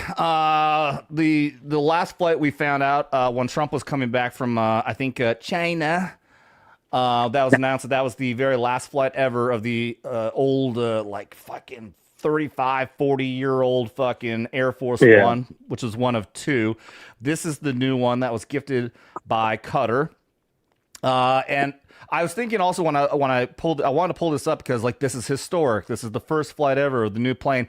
It's actually just a holdover. We do still have Boeing producing 2 new Air Force Ones from Boeing. So this is just actually the holdover. I don't know what their plan is to do with this, though, because it's still a great plane. Obviously, they dumped a lot of money into it for all the fucking countermeasures and whatever else they put into this thing. So I've got to imagine it's going to be a part of the fleet of Air Force Ones, which is actually, if anybody out there doesn't know, that's actually a call sign. It's not actually called Air Force One. That's just a call sign. And they based the name on that movie, right? You're right. Yeah, they was in the movie first, and then they started calling it Air Force One. Air Force One. Yeah. Yep. Harrison Ford. That's a good title. Yep. Harrison Ford, man, was a trailblazer. But no, any single military vehicle that the president is in becomes whatever military branch that is. One. So if I had the president in my Humvee, my call sign would be Army One. That's why you have Marine One as the helicopter, Air Force One the plane. But even if he was in a Humvee with an Army unit, that would be Army One. So that's the whole point. But anyways, this is the new plane. Is it the Boeing? What's the best one? We don't. Well, yeah. Let's hear Trump explain it. I said the Boeing. What's the best one? They said this is the best plane ever built, and you're going to have the privilege of flying it, and I have a privilege also of flying it. But he gets to fly it? First flight. We're going to the Teddy Roosevelt presidential. Dude, who knows? They might have to go up there and grab the stick. It would be tough to tell him, like, I was thinking maybe I'll take it for a spin.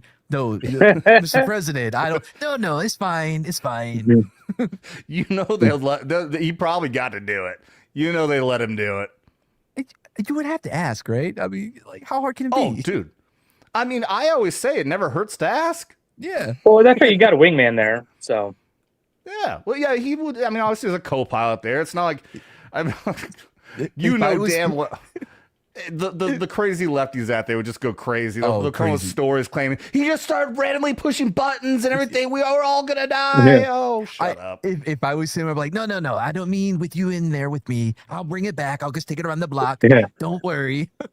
I will bet you actually there probably are lefties out there who probably tried running with the story when he said that that you get to fly, and I'll bet you anything there's people who try to create a story claiming that he actually did fly it and that they were all gonna die or some shit like that. He just fucking fake this shit all the goddamn time. If they didn't, library, they we're staying missed out on positive. an opportunity. Huh? What was that? So we're staying positive, man. Come on, America. America, that's right. Opening, and that'll be very good. That'll be a lot of fun. But I think, to be honest with you, I didn't pull the video up. Yeah, he visited the Teddy Roosevelt Library, and on his way to the library, his motorcade was included like 24 of Teddy Roosevelt's Rough Riders, men on horseback, rode in the middle of his motorcade. I didn't pull that video up. I should have brought that up. But yeah, look that up if you guys want to check it out. Teddy Roosevelt's Rough Riders riding Trump's motorcade. I'm excited about the first flight. It's something nobody's ever seen anything like it. Even you people with all your experience and all of your talent, you will never see anything like this. So they just completed it. They made it appropriate for a president. That means the security and all of the different bells and whistles they put on. Very complex stuff, but it's really quite something. And this is a plane that the United States of America should have. Our Air Force One was 35, 36 years old, and it would be parked next to the new ones like this, and it really didn't look appropriate for our country. It didn't look appropriate. It didn't have enough gold trim. Yeah, I did notice he did put the gold trim on this, but it looks great, man. This is the original one, is iconic. You can call it all that, but that light blue, there's no real red, white, and blue on it. This is true red, white, and blue. You get that deep blue. I love the crew had this American flag coming out of the top, and the tail. You got the big United States on there, but also the tail. Let's see, you can see it here. Giant American flag flowing in the back. So, yeah, this is a great fucking design. I think they did great with this. I agreed. It looked like also they had so there's actually a fleet of these kind of planes. Like I saw, there's Air Force 2. I don't know what kind of plane it is, but there's a fleet of these. So anyone who's an official, I'm pretty sure, I know FBI director, like Kash Patel, they've been giving him shit because he's been taking flights on the official FBI plane. Well, one, I'll bet anything it has the same thing. It looks like the Air Force One design. But two, anybody giving him shit for that? Well, you can suck a fucking dick. He's required to fly on it. You think that the FBI and our government wants our fucking FBI director to fly commercial? He's required. Like he's in coach having to squeeze between two fucking lesbian moms or some dumb shit. It's a stupid argument that and you know what? I started just a little tangent on the Kash Patel thing. I started actually questioning it a little bit too, especially because they're attacking, the girlfriend looks way out of his league, and apparently she has like foreign ties or something like that.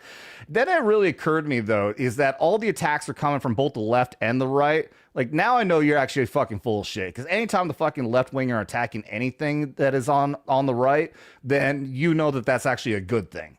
So the fact that the left wing is going so far attacking Kash Patel, then I know Kash is actually doing the right thing. So I'm not buying any of that. But as my point is actually what I was getting to is that there's always a fleet of planes that had the same design as Air Force One, and in a different video they showed that there's what I think is probably Air Force Two has the same design as this. So I think the entire fleet of all these planes now is going with this design, and we're losing that light blue style of the old one.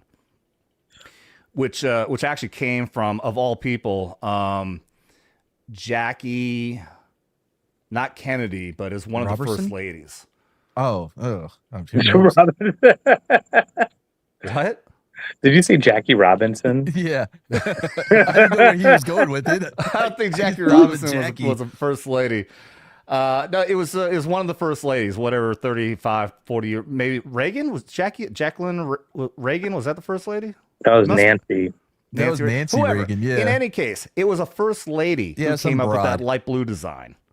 It was a woman. That's again, it was iconic, but it really didn't have one. It wasn't tough looking. It wasn't it really didn't have an actual real American blue cord. Oh no, yeah. Those planes were 35 years old, but the design came before the modern Boeing planes. So yes, Jackie Kennedy, you're right, Blue Cord. It was Jackie Kennedy who came up with the original light blue design, and then they carried that over from the new planes that went forward. Man, no wonder he was cheating on her with that kind of taste. Yeah. That plane looks terrible, sweetheart. I'm gonna go fuck Marilyn Monroe now because of that. I almost did him as Trump too. I was like, Jackie, your taste is horrible. I immediately the colors they look like shit. I immediately started with the Trumpian, and then in my head I click. Wait a minute, that's not Kennedy. That's Trump. Yeah, he has that very specific Boston accent that I cannot do. Yeah, I can't in my head. I was gonna say visualize, but I guess audio in my head. What is? Yeah. I can't do it. I can't. That's not what you can do for this plane. Country. That's what you can. But what this plane could look like without you. All right, let's get up here and do another fucking shot for Blue Cord Devil, you motherfucker. All right, taser face for Dermy. I can do taser face. There you go. That's the stuff. I like the intensity. Eye of the tiger. Good. You're holding 50,000 volts, little man. Don't be afraid to ride the lightning. Stop! In the face! In the face! In the face! Hey, Blue Cord.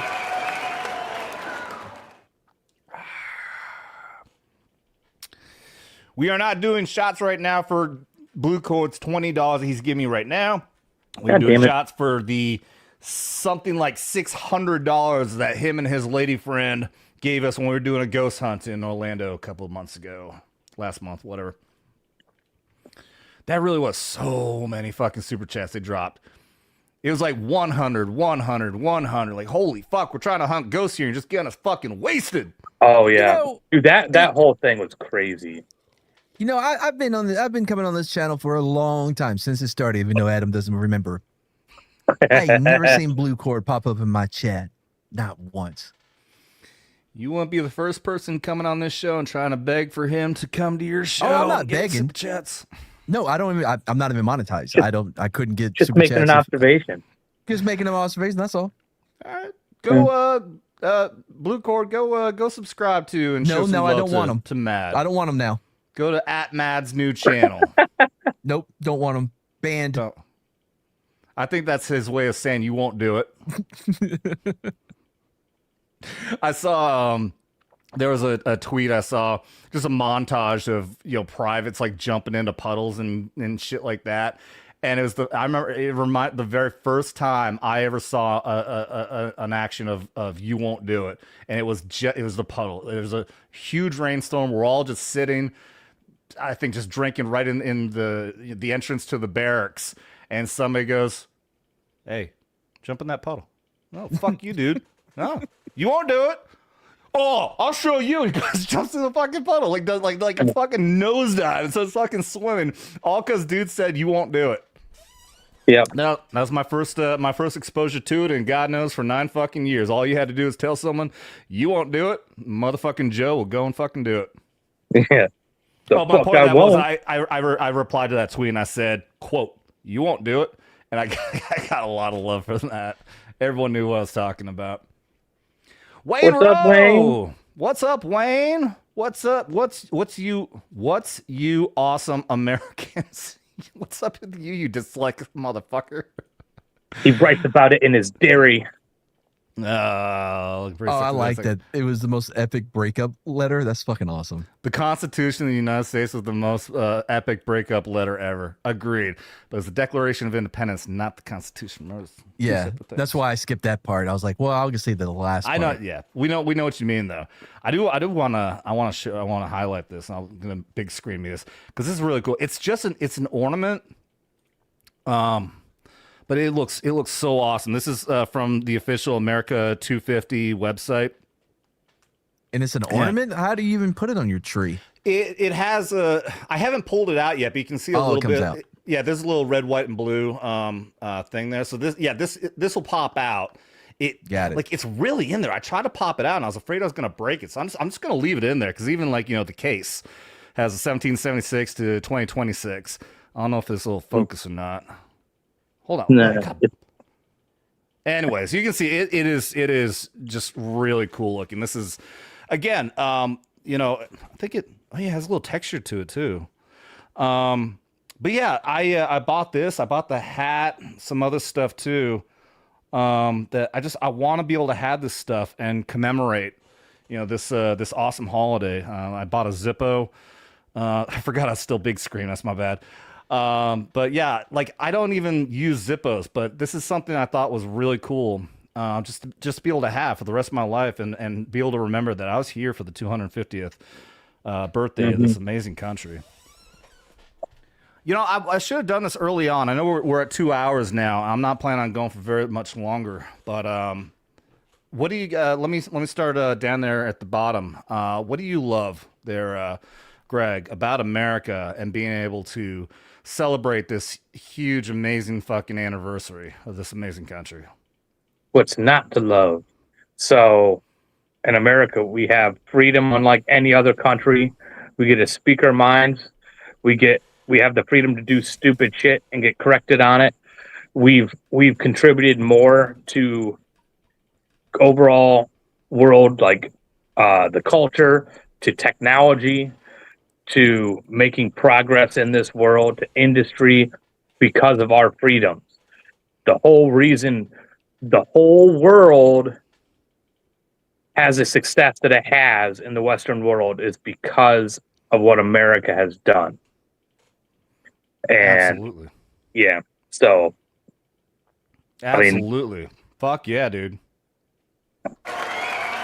Yeah. Guns! Fuck yeah, guns, and beer, and bourbon, drinks, and barbecues. For me, next guy. I love that you don't have to appreciate it. You don't have to love it and still be here and still benefit. People take advantage of it, obviously, right? And I don't know why more people don't love this country, but the idea that you can do that and you can talk shit about a country and have that freedom to do it is something that you do not see even in the rest of the Western world. You don't see the amount of hate that people can have for the country that they're presently in. And I think that says far more about our values than anything else, is that and it's just not tolerating. We're like, no, please. Yeah. Criticize it if you have criticisms, right? And most of the time they're wrong. Almost all the time they're wrong. But even though we've never been a perfect country, we have always thrived and strive to be better, to improve, to become that idealistic city on the hill, right? Yeah. And we're closer than anyone else. Yeah, 100%, man.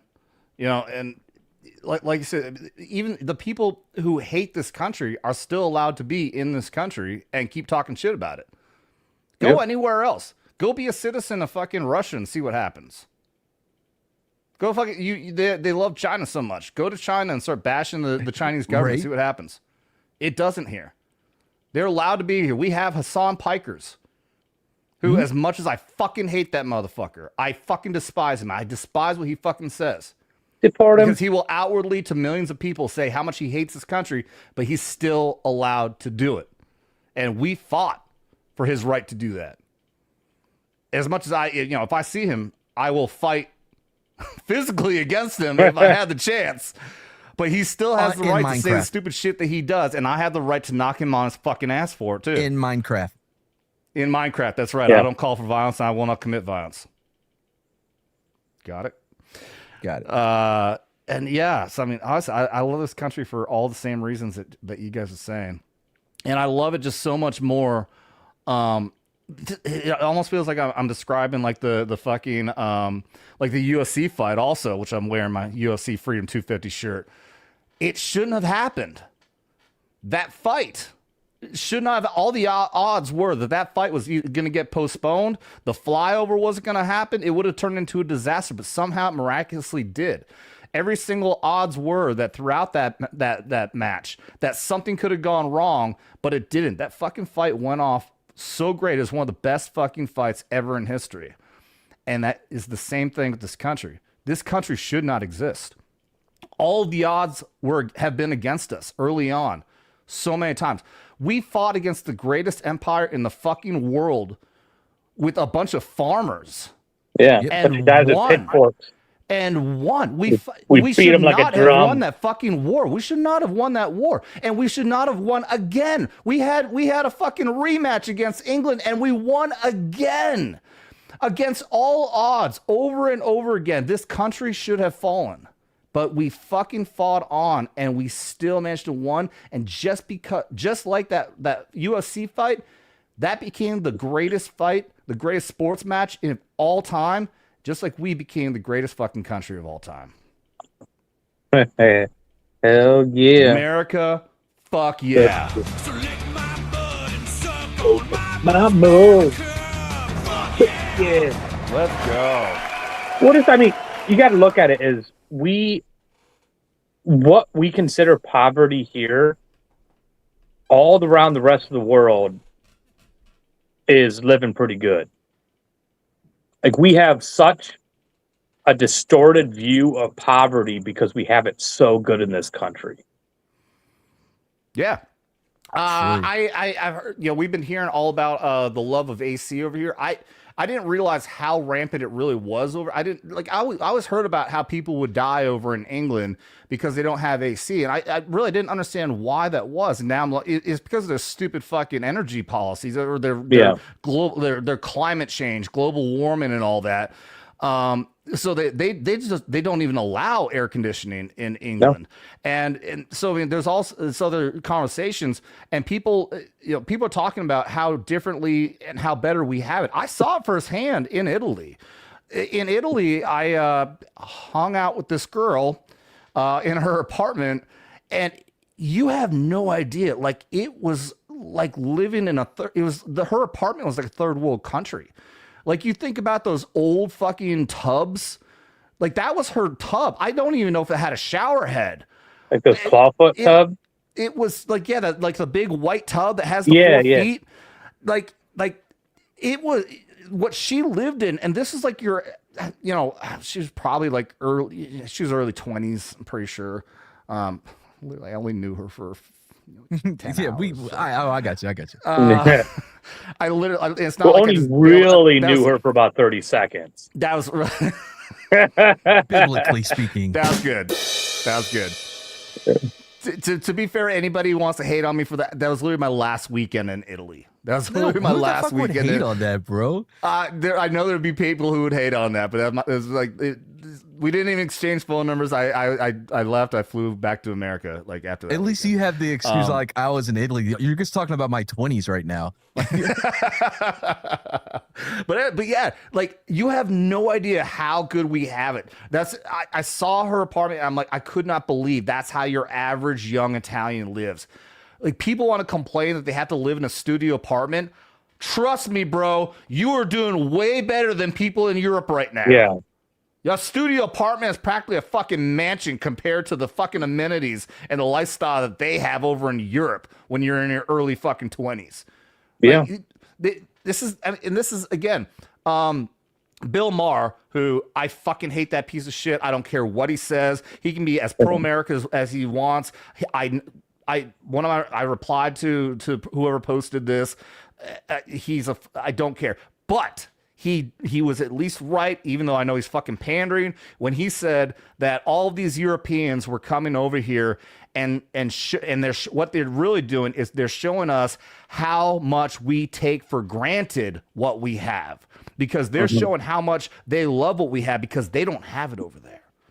They don't have the luxuries that we have, and what we have are true luxuries compared to the rest of the world, and we take that for granted. That's the problem. And where else in the world do you get to have stories? Because we went to a banana ball game when you were here. Yep, and I fucking love banana ball now. Fuck yeah. But where do you get a story? We'll talk about it after. We'll fill you in. But where do you get a story about Jesse? What's his last name? Oh, Jesse Cole. Yeah, Jesse Cole, where he and his wife literally sold their house, lived on air mattresses, put everything they had to make this, because it used to be like the Savannah Gnats or something, and to turn this into this league that is now selling out every stadium they go to, 103,000 people stadiums, they're selling out. And now it's huge. So where else in the country do you get somebody that can just put everything on the line? Where else in the world? Out in the world where you can put everything on the line like this, and then all of a sudden you have something that's becoming an American staple. That's becoming like everybody wants to go to a banana ball game. Yeah. It's amazing. You don't get to have those stories anywhere else. No, it's a true story of Americana, a true American success story. What happened there with the Savannah Bananas. And what does he do? He gives back. He gives so much back because of his success. Yeah, absolutely. Let me do. I'll give a quick breakdown on what a banana ball is if you want to hear it, Matt, because I think I think people. It's awesome. Awesome. It really is incredible, and it really is becoming one of the most popular fucking sports in the country right now. And like they're turning entire NFL stadiums into baseball fields, and they're selling them out. Fucking Gillette Stadium, the Saints Stadium, you name it. They sell it everywhere they go. But before we do that, let's honor what looks like Blue Cord's last shot for the night. He says, that was my last shot now that was my last shot. So now the 3 you owe my fiance. I didn't know that was fiance. Did we know that? Did he tell us that before? Oh, no, he didn't say fiance. That was just his girlfriend before. Congratulations, Blue Cord. That's freaking dope. I had no idea. Yes, you read that right. She said yes on a trip out west. Fucking A. Congrats, man. Outstanding. That's cool. So that was a trip where he stopped off here, my current hometown, went to my cigar lounge and everything. I think that's the same trip he's talking about. So they got engaged. That's great, dude. Fucking, I'm happy for you, man. Hell yeah, man. Congratulations. I'm so happy for you. That's fucking awesome. Congratulations. Yeah. But did you notice what he didn't say? Not a damn thing about subscribing to my channel. Oh, boo. Blue Cord. You hate Mad. That's all right. We all hate Mad. I get it. It's not unearned. Blue Cord being an old school enlisted infantry machine gunner, I'm sure he appreciates this every time I play it. So let's watch an officer get a concussion.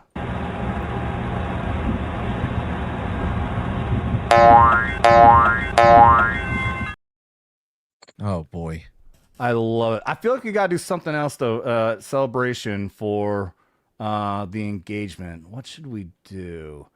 How about a? I feel like this is gonna be so bad, but we'll do a Dermy celebrations.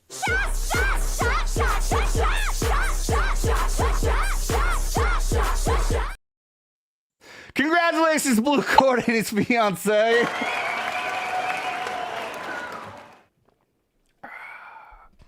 I had nothing else to play. I didn't have any appropriate videos, so I just went with the most inappropriate one. You don't have a congratulations for just being engaged video that you have ready to play? Yeah. Nope. You don't got those. What a shit YouTuber. Put up in the chamber there. I mean, apparently somehow it fell through, and I just never got one of those. Shout out Sam Wolf, Life of a Military Wife. I think I remember trying to say that before. Welcome to the chat. What the fuck you mean? Who's this mad guy? Who is this mad guy? He's a piece of shit, is what he is. Yeah, he's a piece of shit. Fuck this motherfucker. Nobody fucking likes Mad. Yeah, go subscribe to at Mad's new channel. Yeah, Mad's new channel. At Mad's new channel. One of the most creative things I've ever came up with. I'm like, fuck, I gotta name the new channel. What am I gonna name it? Well, it's my new channel. No, that doesn't hold. That doesn't hold a candle to the unsubscribed podcast. Come on, you got to be. That's yeah. You want. I was saying it sarcastically that I was creative. I know. But you gotta admit, like those guys over at the Unsub, play, like they create a podcast that obviously they want people to subscribe, so they call it unsubscribe. That's chef's kiss, good stuff. But yeah, okay. So let's talk about, because this is actually a good way to celebrate America. To talk about a true American success story that, just like we said with the UFC Freedom 250 fight, with America itself, same thing with the creation of Banana Ball at the Savannah Bananas, is something that it just should not have happened. All the odds were against all three of these stories of even actually happening. This Savannah college spring team, whatever, in the when college is out, these college baseball players will go to these teams and play for random teams around the country. So it's not professional or anything else. It's just a way to build their skills and build up to becoming to ways where they'll become more successful in the future. We had one in Montpelier, Vermont. They're called the Mountaineers. These kids were not from Vermont. They didn't even go to school in Vermont. Maybe some of them did, but they'll just go out there to play on a team for a season. Yeah. And so say this is in Savannah. They had one, like you said, you think it was called what? The Savannah, the what? Oh, it was the Gnats, I think. Like the Nationals or something? Or like no, gnats, like the sand gnats. Okay, well, in any case, whatever it was a failing team. Like they had they might get an attendance of like a dozen people. Jesse Cole, who is just somebody who I think he played baseball up to college. I think he never got drafted, but he was a huge fan. He was a Boston Red Sox fan. And he just always had a dream of wanting to be able to be a part of baseball. So him and his wife, they gave up everything, all their sources that sold their house, everything they had to buy this failing team. And like Greg said, they were sleeping in the office on air mattresses, and then they tried to come up with anything that they possibly could to get butts in the seats. And it wasn't working at first until they came up with an idea to just make something more entertaining. They started having the players do entertaining things. They would have the players start doing dances. I can't remember what else, but they started creating a spectacle out of it rather than just a baseball game. Next thing you know, they were selling out. The stadium was full every single time because they were creating an entertainment factor that was more focused on the fans being entertained rather than anything else. Fans first. And eventually it got so popular that they were able to create a second team, which was called the Party Animals. And then they took these two teams on the road the same way like the Harlem Globetrotters. And what they would do is they would have coordinated dances. They would have music throughout the time. And they started introducing trick plays. These guys, they would catch the ball between their legs or throw it between their legs. Eventually, guys would get so developed. You have people like Robert Anthony Cruz, Coach Rack, who would do a backwards flip while catching the ball. And it developed more and more and more through YouTube. It was just on YouTube. But it became so popular a few years ago. I went to a brewery and they had this game on. It was my first time being exposed to it. I'm looking at this like, I couldn't understand. The bartender was like emphatically telling me kind of the same thing I'm telling you guys now. I didn't quite get it, but I started watching and I started to realize how incredible this really is. And I started seeing them going to MLB stadiums. They're selling out. They went to Fenway Park, Jesse Cole's favorite location. And they sold out Fenway. And then they started selling out NFL stadiums, Gillette, 80,000 person stadiums. And then they expanded. And then they introduced, I think it was the firefighters, and I can't remember what the other one is off the top of my head. The clowns? No, that came in this past year. The clowns and Tailgater. and Loco Beach. The tailgaters. You're right. Yeah, tailgaters came in. They expanded 4 teams, then to 6 teams. Then all of a sudden they're on ESPN. Now, not only they're on YouTube, now they're on ESPN. They're being talked about by Pat McAfee. They're being talked about by everyone across the spectrum. Now they're up to 8 teams. They just introduced the Coconuts and the Indianapolis Clowns, which is actually an original team. That actually was a part of the Negro League, introduced in the early like the 20s or 30s. Yeah. And that I hope they bring back the Chicago Orphans. That was a real thing. Oh, god damn. But yeah, and now they actually have a championship series. Now they are the Banana Ball Championship Series. So now it is still fans first. It is still more about doing trick plays and getting in there. And when we went to the game, which was the Party Animals versus the Coconuts. Yeah. When you The go pendant's there, right here. it is such, he's a Coconuts fan. I bought a jersey and hat for the Party Animals because I've been watching this stuff ever since it was just the Bananas and the Party Animals, and they have an actual championship series now, and even though they're all competing, they really do want to win. When I say it's like the Harlem Globetrotters, unlike the Globetrotters where it's completely rigged, they're always going to beat the Washington Generals or whatever they were called. But so it's like that, but they still want to win the game.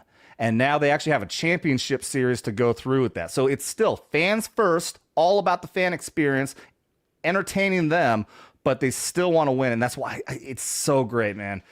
Go on YouTube, find the Banana Ball site, but you also got to find all the different ones. You got to find the channels of all the different teams because whoever is the home team is the one who gets to air the game. But just at the very least, start off with the Savannah Bananas. It's really easy. Yeah, if you go to the Banana Ball League channel, it's like right at the top. They'll have all the different channels that you can subscribe to. Yeah. So what that reminds me of is Bill Veeck. He way back in the day, I'm talking like the 40s and shit. He owned the Cubs. Or wait, did he own the Cubs? I think he owned the Cubs, but he owned the White Sox. He owned the Cleveland Indians at one point, and that was his big deal, was promotions. He would give a lobster away free night. He would have eat cereal in the morning for breakfast during World War II. He would have all the factory workers come in and give them cereal in the mornings. They would have he legit had a LP, a little person, go to bat during an official game, and the umpire stopped the game, and because he wanted to see the contract, and he pulled out a cue card. His number was like 3-4, or not 3-4. Sorry, that is a little recent. It was something, I forgot his number. 3-4 would be great. That's something they would do in Banana Ball, like that. Yeah, and after that, they banned LPs from being allowed to play in the MLB. The most famous thing that probably people know about is Disco Demolition Night, which was when he owned the White Sox, and there was this DJ, I forgot his name, but he was all anti. And we covered this on my channel on History Interrupted, our early episode, and where they were gonna blow up all these discs, and they made a huge deal of it. I mean, thousands of these drunk fucking kids, and they ran the field. People were fucking on third base, and it just got out of control. They didn't have enough police for it. Yeah. One of the best things he did was he introduced a scoreboard with fireworks, and it would have all these sounds like a siren and a train, and then some woman going, "Fireman, save my baby." I don't know why, but that was a real thing. And the Yankees owner fucking hated this guy. Oh, everybody hated him in baseball. But so they were playing the Yankees, and the Yankees hit a home run, and they all ran holding sparklers in front of the other team's bench, making fun of them with their fucking scoreboard. So they just have these little sparklers. Baseball was more fun back then. Yeah. Well, and now it's coming back. Well, I argue with people when they say, "Oh, well, that they call Banana Ball baseball." Actually, at the introduction of every single game, each team has a different speech that they warm up to, but in every single speech they say, "This is not baseball. This is Banana Ball," and it's fucking dope. And let's see, looks like military wife here says they need to come play at a military base. That would be dope. I guarantee that's going to happen at some point. That is going to happen at some point. We were witness to their first time at Disney World, which we all know about Disney, but nonetheless, they have an ESPN zone there, and they have a baseball field there. Is the first time that they ever played at that location. The Wide World of Sports Stadium. Yeah. That was a cool experience. The local Beach Coconuts there was the home team, and they're all about surf style and everything like that. And so they had like 5 water cannons, like one right behind home plate, and like 2 off to the sides. And like there'd be like something would happen. These fucking water cannons shoot like fucking 80 feet in the air. Yeah. And then at some point, and this happened in both the games, they turned on the fucking sprinkler systems for the entire field, and they kept playing. These guys actually had to play baseball, banana ball, with the sprinklers going off for like 5 minutes. Like we were all looking at each other like, is something wrong? Did they forget to turn the the sprinklers off or something? No, they did the same thing again the very next game. Yeah, they do it in like every game now. But each game I've watched, they have not done it as long as the game we've watched. Oh, so every time Local Beach is a host, they do the water thing. Yeah, they do it like around like the 5th or 6th inning. That's cool. They do it for a couple. Like they'll do it near the end. They call it like the tsunami or something. That's cool. That's cool. Let's. I'll play a little bit of this, Matt, so you can get an idea of what we're talking about. Now coming to the field. This is Jesse Cole. This is the guy who, again, this is still anybody who's popping in. We're talking about like the American success stories. I said, America is an amazing success that shouldn't happen. The UFC Freedom 250 fight is an amazing success that should not have happened. And Banana Ball is something that should not have happened. This man and his wife managed to make it happen. It's a true American success story. The biggest YouTube channel in the world. Please welcome Mr. Beast! How you guys doing? Unsubscribed. I haven't watched this video. I kind of thought the same thing. Like, all right, I don't know about that as being a great highlight moment. I don't like Mr. Beast. On it. Oh, Right what back did to you? it. He threw it again, and did he get enough? Oh my goodness! It's all in the hips. You just keep moving your hips back and forth. All right, let's see if we can get a good trick play here or something. For your 6th homer of the year, which, by the way, is the most homers I've ever hit in a season. That's true. Oh, fuck, he's mic'd up. I like that. Oh, yeah, dude. Oh, That's they'll have Eli? they have players mic'd up out on the field, and they'll talk to like ESPN and whoever while they're playing the game. There's is it the Tailgaters that has a guy that literally goes out and he plays with a band in the outfield, and he's like singing while he's in like I think in right field. I know that there's a lot of different things like that. Like there's It's so funny. When they all have like random walk-ups. I think they just like kind of rotate through on who gets a good walk-up, and each of them gets to do a performance. And one of them like is an actual like singer. Like he was a professional singer who just wanted to play baseball also. And he'll do like a little fucking concert show as he's doing his walk-up to the batter's square. Football's in his jersey into the seats. Oh, that's Eli Manning. Yeah, I thought it was. Tomato Bananas, guess what? We have the perfect designated hitter for you on Friday. Ooh, kids Our like little it. sister Scarlett has been in and out of Unsubscribed. It is mostly for the kids, yeah. the hospital since he was a baby. Okay. She couldn't walk. All right, right. well, I don't wanna that's a sweet thing there. Come on, Nunez. Call that the heater? All right, I gotta see who this is. Hold on, let's back this up. Everybody's got a coming to bat, the great Hambino. Oh shit! Or Sandlot. Holy shit! No, this is that's the fucking dude from the Sandlot. Yeah. That's Ben. Oh, I thought he said something else. Holy shit! Powerful ovation for Ham Porter. Everybody's got a phone camera out right now of Ham Porter, who's calling his shot against Neil Lang. Everybody very familiar with the prodigious power. He swings through a fastball.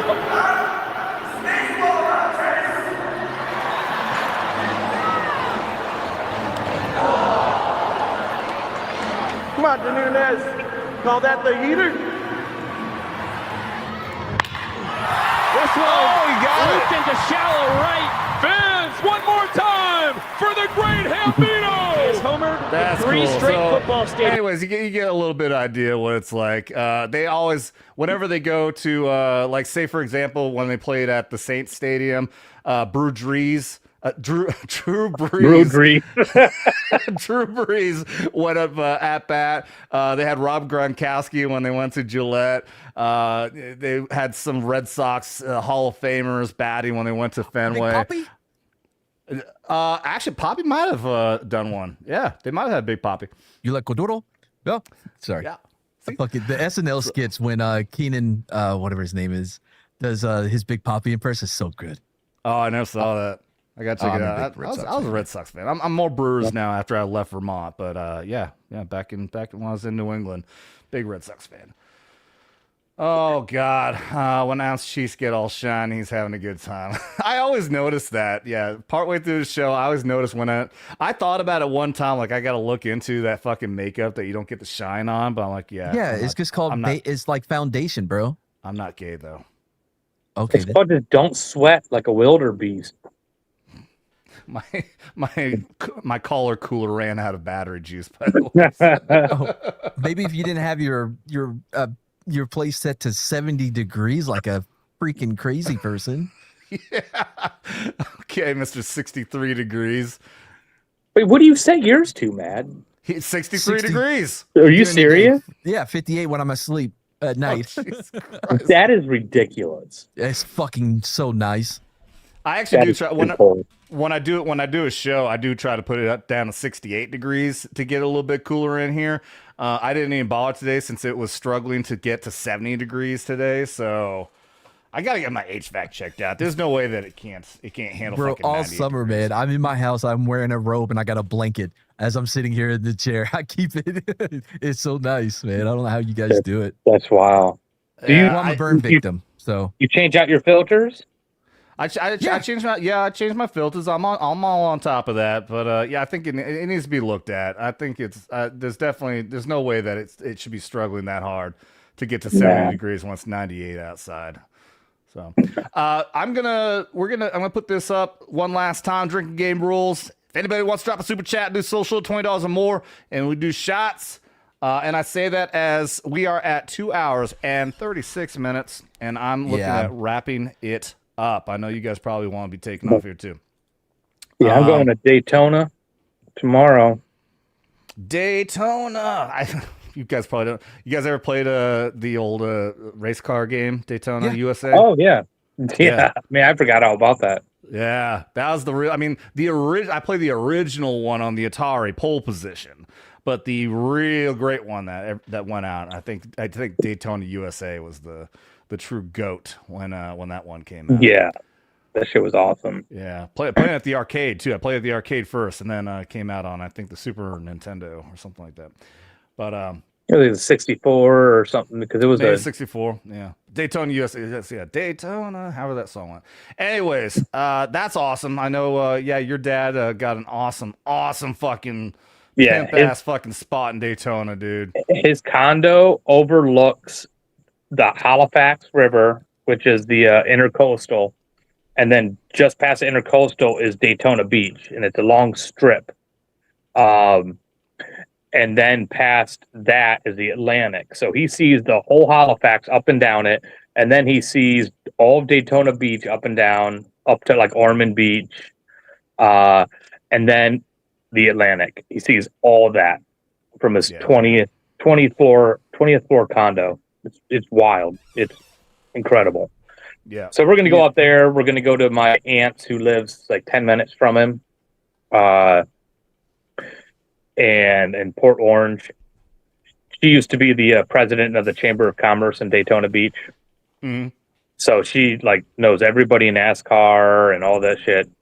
She is the reason that Daytona had Banana Ball brought there. Yeah, she's the one that got him there. But so we're gonna go to her place. I'm gonna smoke like 20 pounds of meat. I got picanha and I've got chuck roast. I'm gonna make poor man's burnt ends with, and do like chicken wings and stuff. And then for the nighttime, we're gonna go to my dad's condo to watch the fireworks all the way up and down Daytona Beach at night. Like when I was I was texting you the other night, and I was just sitting there, and then all of a sudden fireworks started going off. Yeah. I have that randomly happen here around this time. I'll just be. Oh yeah, you do. Yeah, it's in my living room, and there's a lot of people at Lake of the Ozarks. Like, there's a lot of people who come down here who have a lot of money. These lake houses, and they'll bring in they'll do their own fucking huge fireworks setup so I can just sit right outside of my patio and see these awesome fireworks displays along the main channel out here. I hear them Monday, almost every night at 11 p.m. because I'm so close to Fiesta, Texas. What, and Fiesta, Texas likes to have a fiesta every night? Yeah, I think every night at 11 p.m. they fire off the fireworks. Maybe 10 or 11. Nice. That's awesome. Where is Fiesta, Texas? I have no idea. San Antonio. Oh, okay. So east, west, north, south? Yes. Okay, I get it. That's fair. Yeah. I went to boot camp at Lackland, which is San Antonio. That's not the good side. No, it's not. No. We had Riverwalk there, which wasn't too bad. Yeah, the east side is definitely not. I was right down the street from the Spurs stadium at my RV park, and that was a shady area. We're in like the northwest side. If I was gonna move there, I knew. North side is where I'd want to go. I knew exactly what you were gonna say.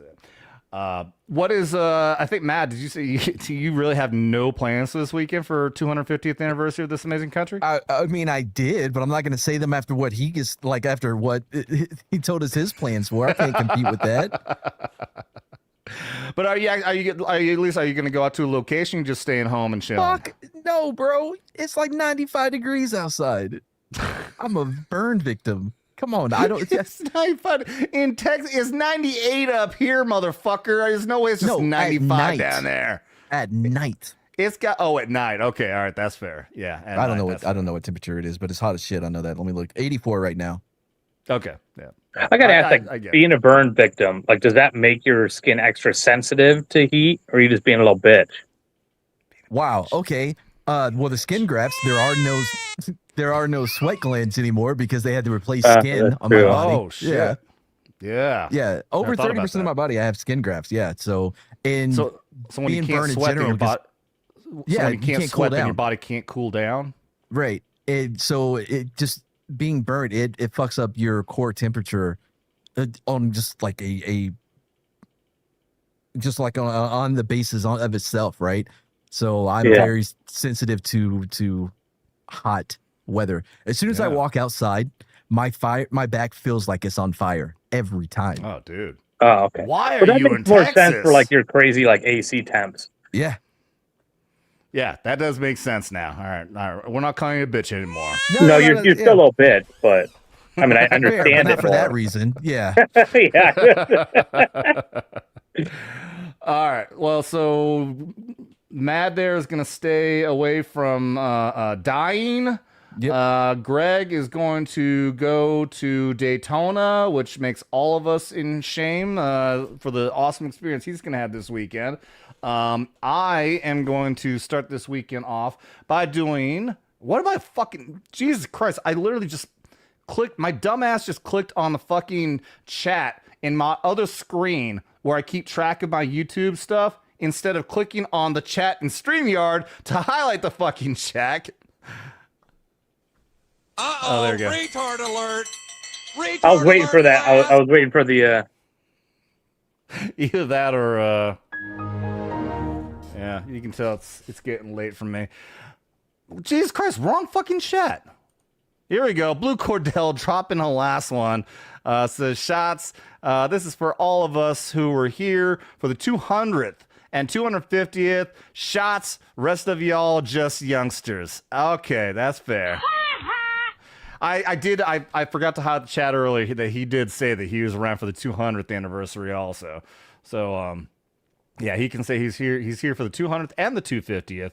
I don't think there's any fucking chance in hell I'm making for the 300th. So I'm going to celebrate. No.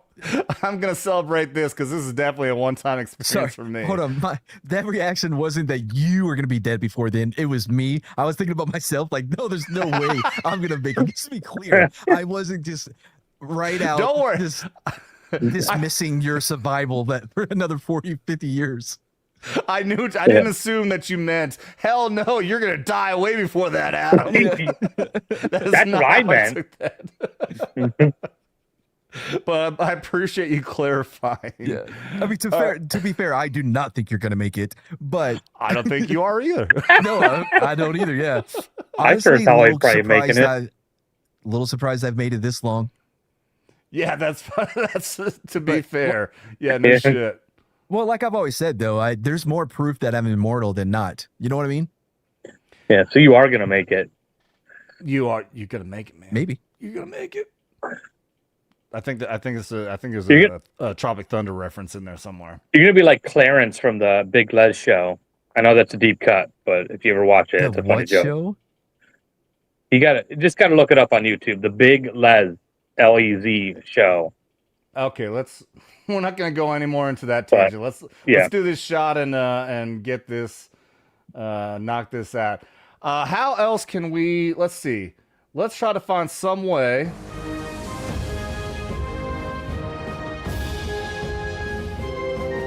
To make this extra fucking cool. So lick my butt and suck on my balls, Merica. Fuck yeah. And here's the last video before America's 250th birthday. Merica.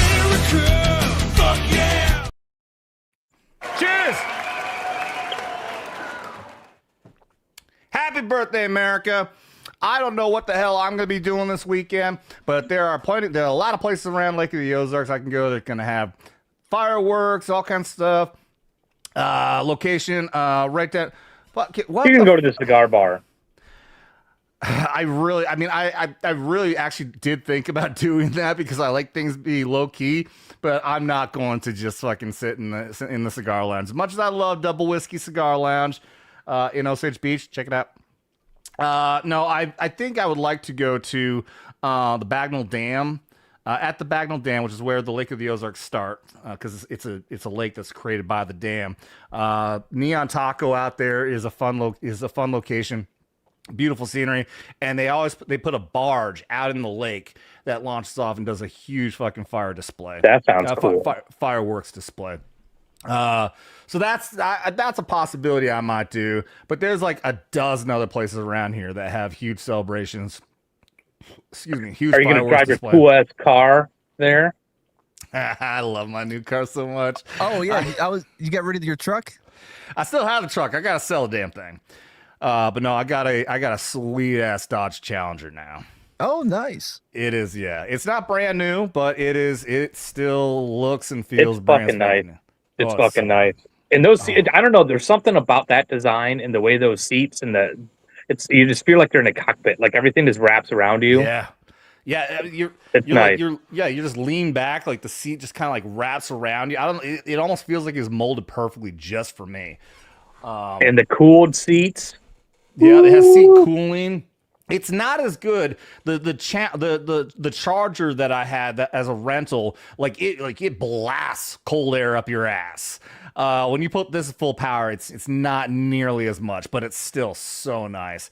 I mean, yeah, I drove all the way from Orlando back here to Central Missouri, and I actually enjoyed it so much. I love driving that. I find any excuse possible to go driving around in that car.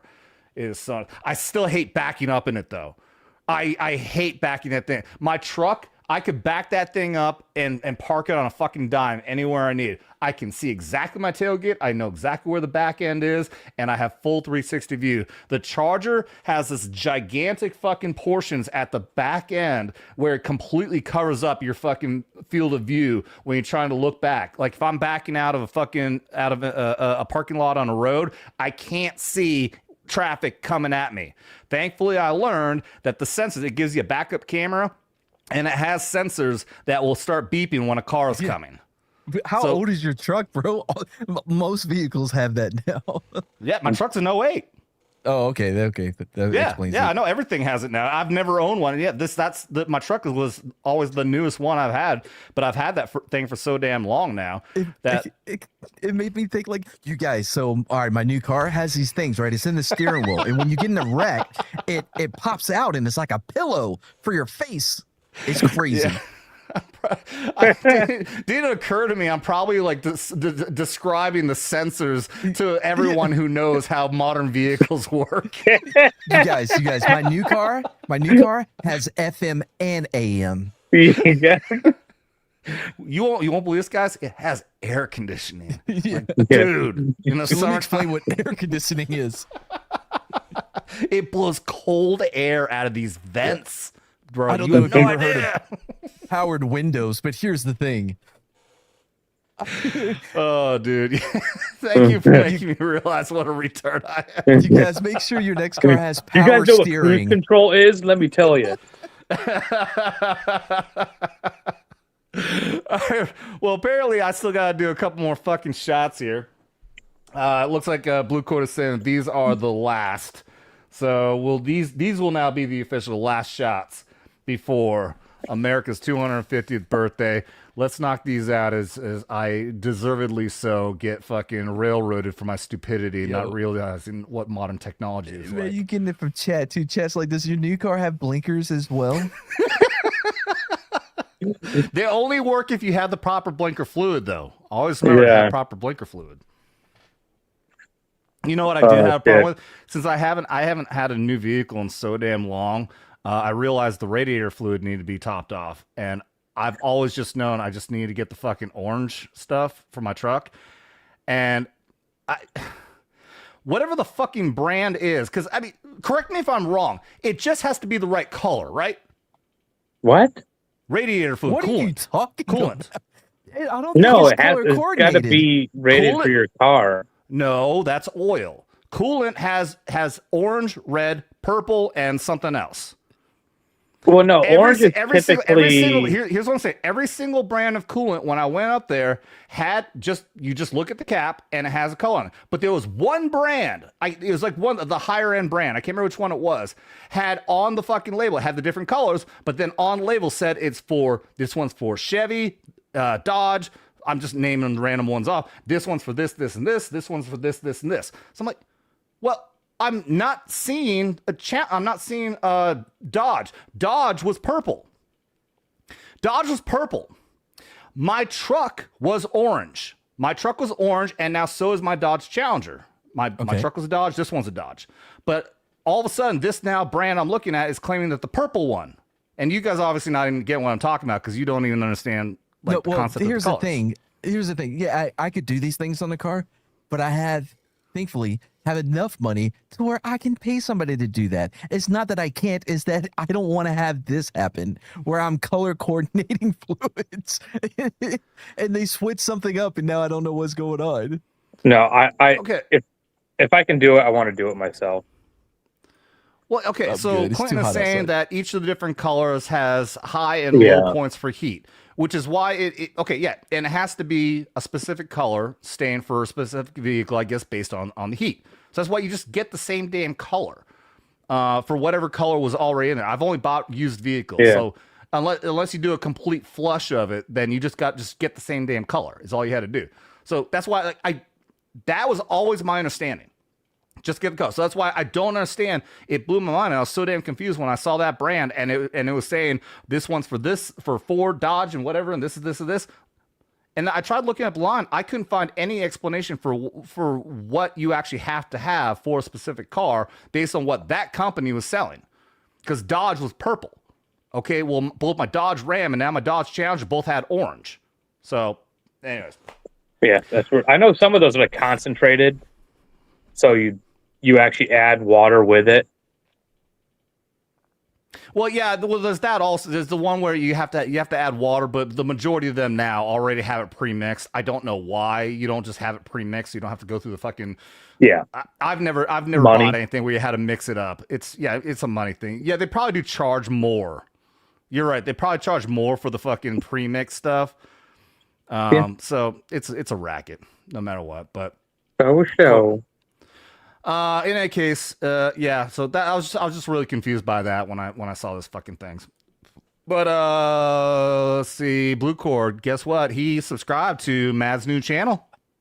Oh man, I appreciate it. I wasn't expecting you subscribe. To doesn't mean he'll get much. I only give money to my pogues, bitches, and jarheads.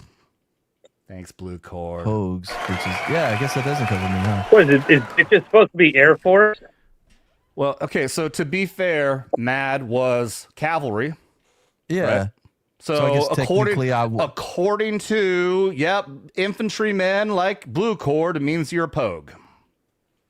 Okay. Yeah. I mean, believe me, I've had this discussion. Like, okay, because we don't need to go down this rabbit hole.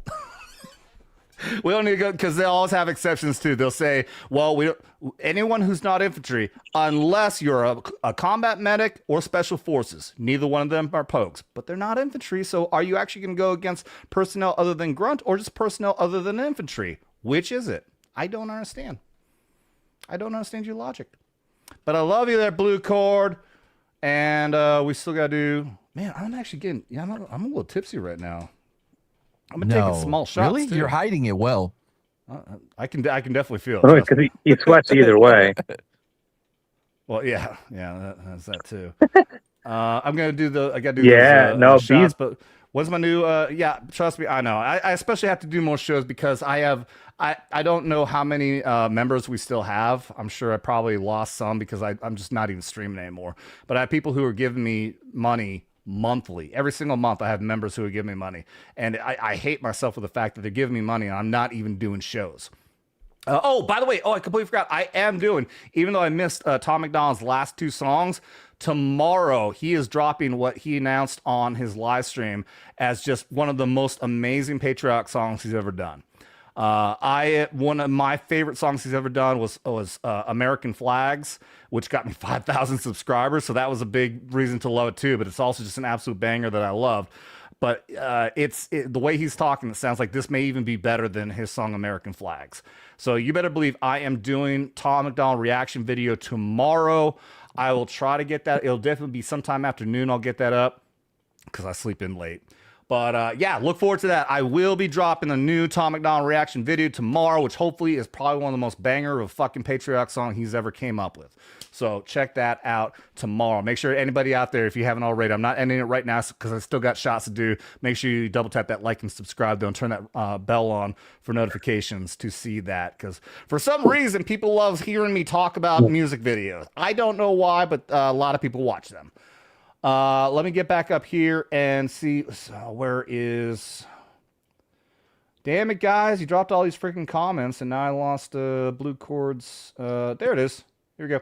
All right, so shots. I'll be there with my fiance. You pussies can kiss our asses. Where? Where? What? Where were we talking about? Yes. Yes. That's a good answer. Yes. We'll do one more shot for Blue. I got no shot after this. So thank you very much for that, Blue Cord. That wasn't an approach.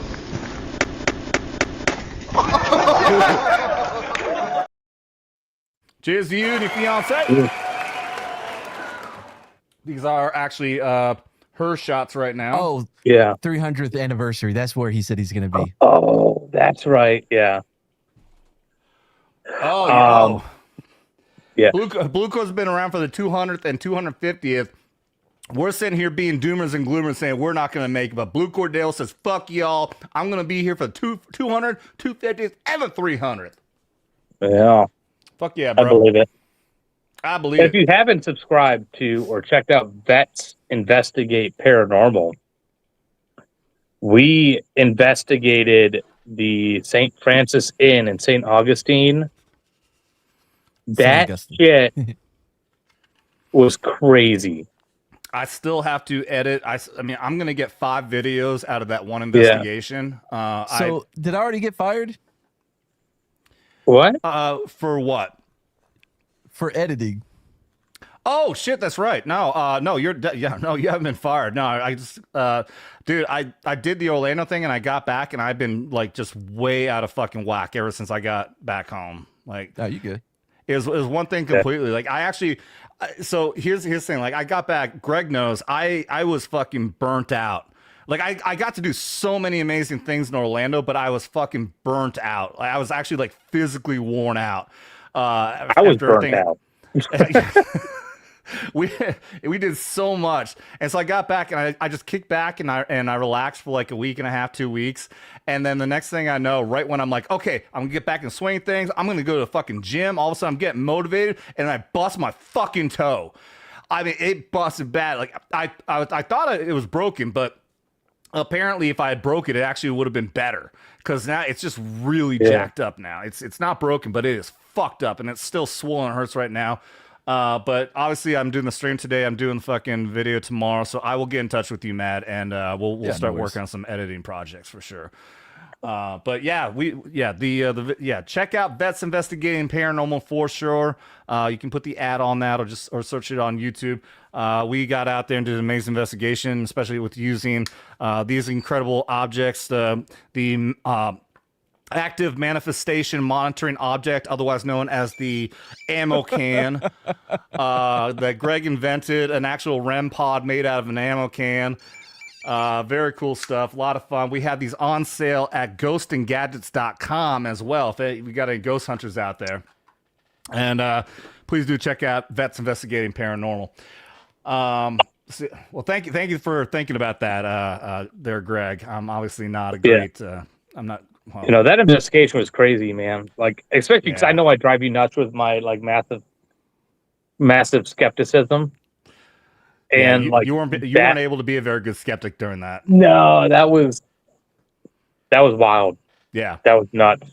Yeah, Matt, I'll definitely hit you up. It was activity all night for like 6 straight hours. Such white boy shit. You're gonna be blown away, Matt, when you see this footage, dude. It is absolutely incredible what happened. All right, I got one more shot to do. Let's knock this out. I have no idea. This is Blue Cordell's final shot, his fiance's final shot.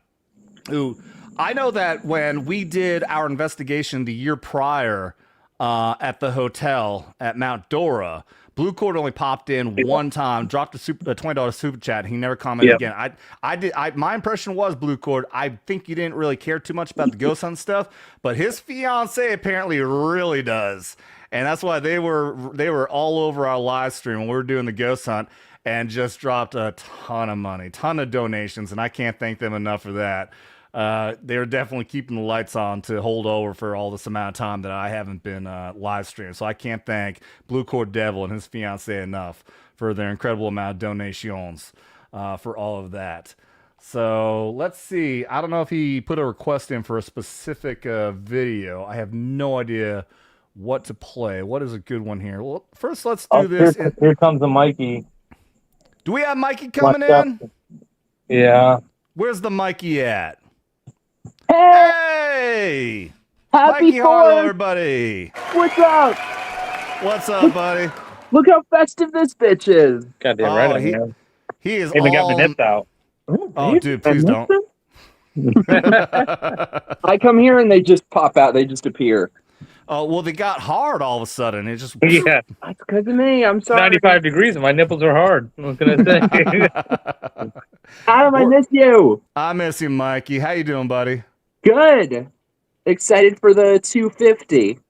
Yeah. Are you going to you gonna be heading to Daytona too, or what are you up to? No, I'm here taking care of the babies. Yeah. Oh, okay. Oh, you're doing the house sitting thing. Yeah. That's good on you. You're not gonna go out and see any fireworks or anything else? No, I probably will, but I gotta make sure. Well, you got their neighborhood thing you can go to with Ben and Andrea. Yeah, I gotta make sure the kids are taken care of. Oh, I didn't tell you, Andrea broke her like ankle and leg and shit in like 6 different places. Oh, and I was there. Yeah, yeah. How? Really? I was there when that happened. Yeah, when she just fell. Yeah. Yeah, I was there. I was there. I don't remember you being. Didn't she need surgery? Yeah. Oh yeah, I thought you meant it was after that. No, I guess this is after she already fucked her arm up, and then she goes Yeah, and just takes she a just fucking had to- tumble and fucking breaks every bone in her body. Yeah. Ooh. But What are you weird doing for the context for fourth? everybody who's watching. This is a friend of ours in Orlando, so What are you doing for the 4th, Adam? I'm not sure. Your I'm not, mom. oh my god. Oh my god, blue cord. Okay, all right. Hey, blue cord. Apparently, I'm gonna be recovering from a hangover for the next 48 hours. What did you do? That's every day. Oh Jesus, blue cord. Is that 100? No, it's 20. No, I was just saying the that's total. It was like we're paying. I'm paying up for the shots that I owe him for the donations that he gave us during our ghost hunt. Oh my god! Yeah. Both him and his lady. Well, now fiance Blue Cordell just told us during this stream that him and his lady friend are engaged now. Congratulations! Big shout out, yeah. Oh my god! But yeah, they dropped so many donations during the ghost hunting stream that he's been having me paying up my debt for that this entire time, and now he's dropping another $20 super chat now that I'm all paid up. That's amazing. Well, I got pasta on the stove. I got to make sure it doesn't burn. But I wanted to say hi. I love you. I love my vet boys. Love you, buddy. Thank you so much. Happy birthday, Merica. Happy 4th of July, Mikey. Mwah. Bye, guys. Later, buddy. All right. Well, shit. Now I got to do 2 more shots. Let's see. In honor of the music video coming out tomorrow. Somebody said, I just ordered, Vets Talkin says, just ordered the Hunter shirt and the foam finger for my studio background. Bro, shout out to you, man. And if Vets Talk, wait, Vets Talkin, are you guys like a reaction channel? I've seen your guys' stuff before. If that's you, regardless, you got vets in your name. I'm sure you're a veteran. Thank you for your service. Salute to you guys. All the love in the world for the sacrifices you've made for the rest of us, man. We all really appreciate it. Cheers. I was looking around. I don't have the foam finger here. I don't know where that went. There it is. Have you checked your butthole? Get up by that butthole. Oh boy, I'll read it. Mad 19 Delta is cool. My last unit was half ACR one first. What is it? 1-2. So I assume that means first battalion, second or first brigade, second regiment, maybe. Well, if it's maybe last unit was. It was a half acre squadron. It could be first squadron, second armored cavalry regiment. No, it was a half acre in Haiti. So then it would be first squadron, second cav, right? Because I was in 810 cav. I was in the 8th squadron of the 10th cavalry. So I assume if this is. Dude, my entire time I was in the military, I was in very unique units. We were a detachment rather than a company. When I was in the 74th Lords Detachment, we fell directly under the brigade. When I was in PSYOP, we were also in detachments. We were not a part of regiments. So whenever I have somebody tell me that they were like 1-5 of the whatever or 2-10 of the whatever, I give no clue what those fucking numbers mean. Yeah, I was right. First is second cav. Yeah. And Blue Cord, this outfit is straight as fuck, so you shut your whore mouth. You just want to show up those nips, though. So he does say, right? He says 19 Delta is cool, but he's still not saying you're not a pogue. Fair. Yeah. That's how it goes. Fair. Maybe we'll just have this debate. I'll tell you what, Frank, I don't know if Frank's in the chat. I'd like to have this debate with Frank. I feel like my experiences in Iraq would qualify me not to be a pogue.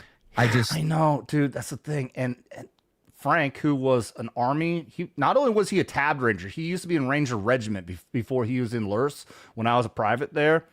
And he knows what I did. I was a part. I was there for everything that we did when we were in LURS in Iraq, and he still called me a fucking pogue. Like. So believe me, I get what you're saying, Mad, but for some reason, these infantrymen have this mentality that they still want to call us pogues no matter what experience we have. Even though you're combat arms, that's the weird part. Yeah, exactly. I know. Unless you're combat medic or special forces, though. Combat medics. Okay. Nothing against that was at least on one. That was at least on one. Like that was on a meme I saw where it was one of those flow charts. Are you this? Yes or no? Then this, then this, and this, and it ends up going down to. There's also the exceptions for Green Beret or medic. Are you a medic? Then no, it leads you down to no, you're not a pogue. Like why? And also, by the way, why? By the way, just putting your like, well, if you're a fucking SF, then you can be at our level. I don't think that's how that works, my guy. Good point. At all. That's a good. Yeah. Anyways, we still love our infantry. I just, I think me and Matt are, trying to make the argument. Can you at least show us some love? In fact, we fucking put our lives on the line too. Okay, what was the last one? Mad game blown out makes you not a poke. Oh, okay. So because I didn't get blown up, or shot, then I'm still a poke. Okay, thanks. We might be to tell you about the dude my buddy got shot in the ass. It's the whole thing. Sorry, I know I interrupted you, but I really want to hit that. No. My buddy, he was gunning on a Humvee, got shot in the ass. But dude, his truck was quick on it, man, because they're like, yeah, we were in like a little firefight, right?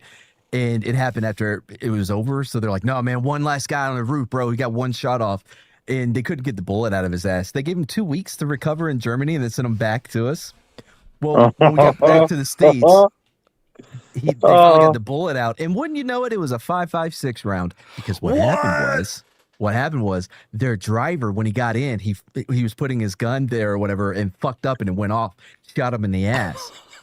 But their TC was fucking quick. It was like, no, that did not happen. I'll tell you what happened. There was somebody on the roof. Because if you think about it, it would have fucked over the driver, completely fucked over the driver.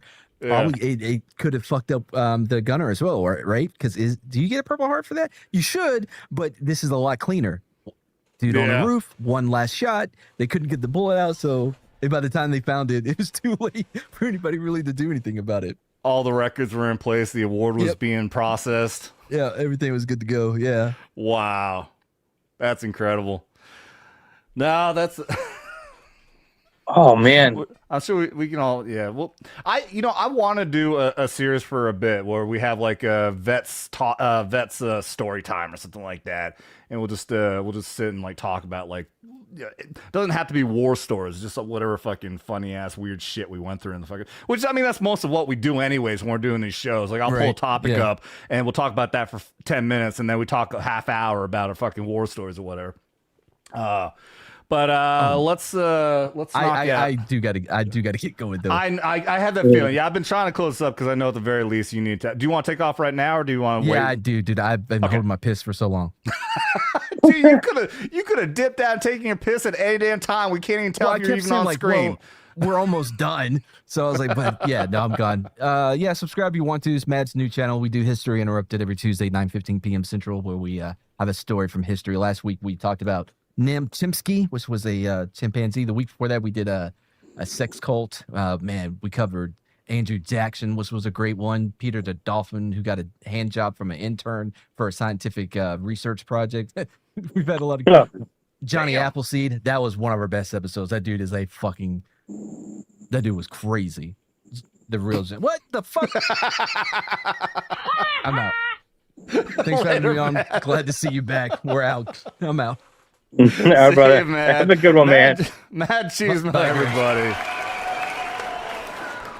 Go check out Mad's new channel. The channel is called Mad's New Channel. All right, we'll do one more shot here for Blue Cord Devil, who was saying Mad 19 Delta is cool, and he tried kissing his ass, and all of a sudden he's like, oh, wait. It says Greg raided Mikey's closet. Yay! I didn't even see that part. That's what I was commenting. No, this is totally straight out, but this is patriotic as shit. You shut your whore mouth. Yeah, but wearing the assless overalls without a shirt on doesn't say much for you there, buddy. Well, I don't have an ass, so I have a unibutt. Let's do. Oh, that's a disturbing image. Let's do 2 more videos and we'll close this out. Oh, Vets Talkin downloaded. Hey, Vets Talkin, what's up, brother? He's like an awesome YouTube reactor. He's badass. Yeah, I had to play another one. I just couldn't help it. I had to do it in honor of America 250 and his video coming out tomorrow. And we'll close things out finally with this one last video before America's 250th anniversary on Saturday. America, fuck yeah! Cheers! Cheers to America. Cheers to Blue Cordell for all his amazing donations. Much appreciated. Thank you so much to everyone out there. I love every single one of you. I can't thank you all enough for coming out here, watching me be an idiot, especially since I don't do this very often anymore. I want to get back to swing things. Like I said, tomorrow I'm going to drop a new Tom McDonald reaction video for what I'm anticipating to be probably his most patriotic, amazing video, which is just amazing in itself that he's a Canadian, now American, who loves his country more than half of this country does. So I can't wait for that. Check that out. Make sure you have that bell rung for notifications for when that comes out. Thank you everybody out there who's in the chat. Thank you for the donations, Blue Cord Devil and his fiance. Congratulations. Thank you so much to the moderators. Thank you so much for the lurkers, everyone out there on Rumble, YouTube, and on Twitter, and everybody out there, if you are new or not, be sure to double tap that like and subscribe and ring that bell for notifications. Be sure to share this out there with everybody, because you don't got to be a veteran to be here at Vets Talkin'. Happy birthday, America. 250 years of kicking ass and not getting butt hurt. I think I just kind of completely jacked up my entire outro. I love all you guys. Happy birthday, America. Let's go. Happy 4th of July, everybody. Happy 250th. Open the door. Oh, God. Ah!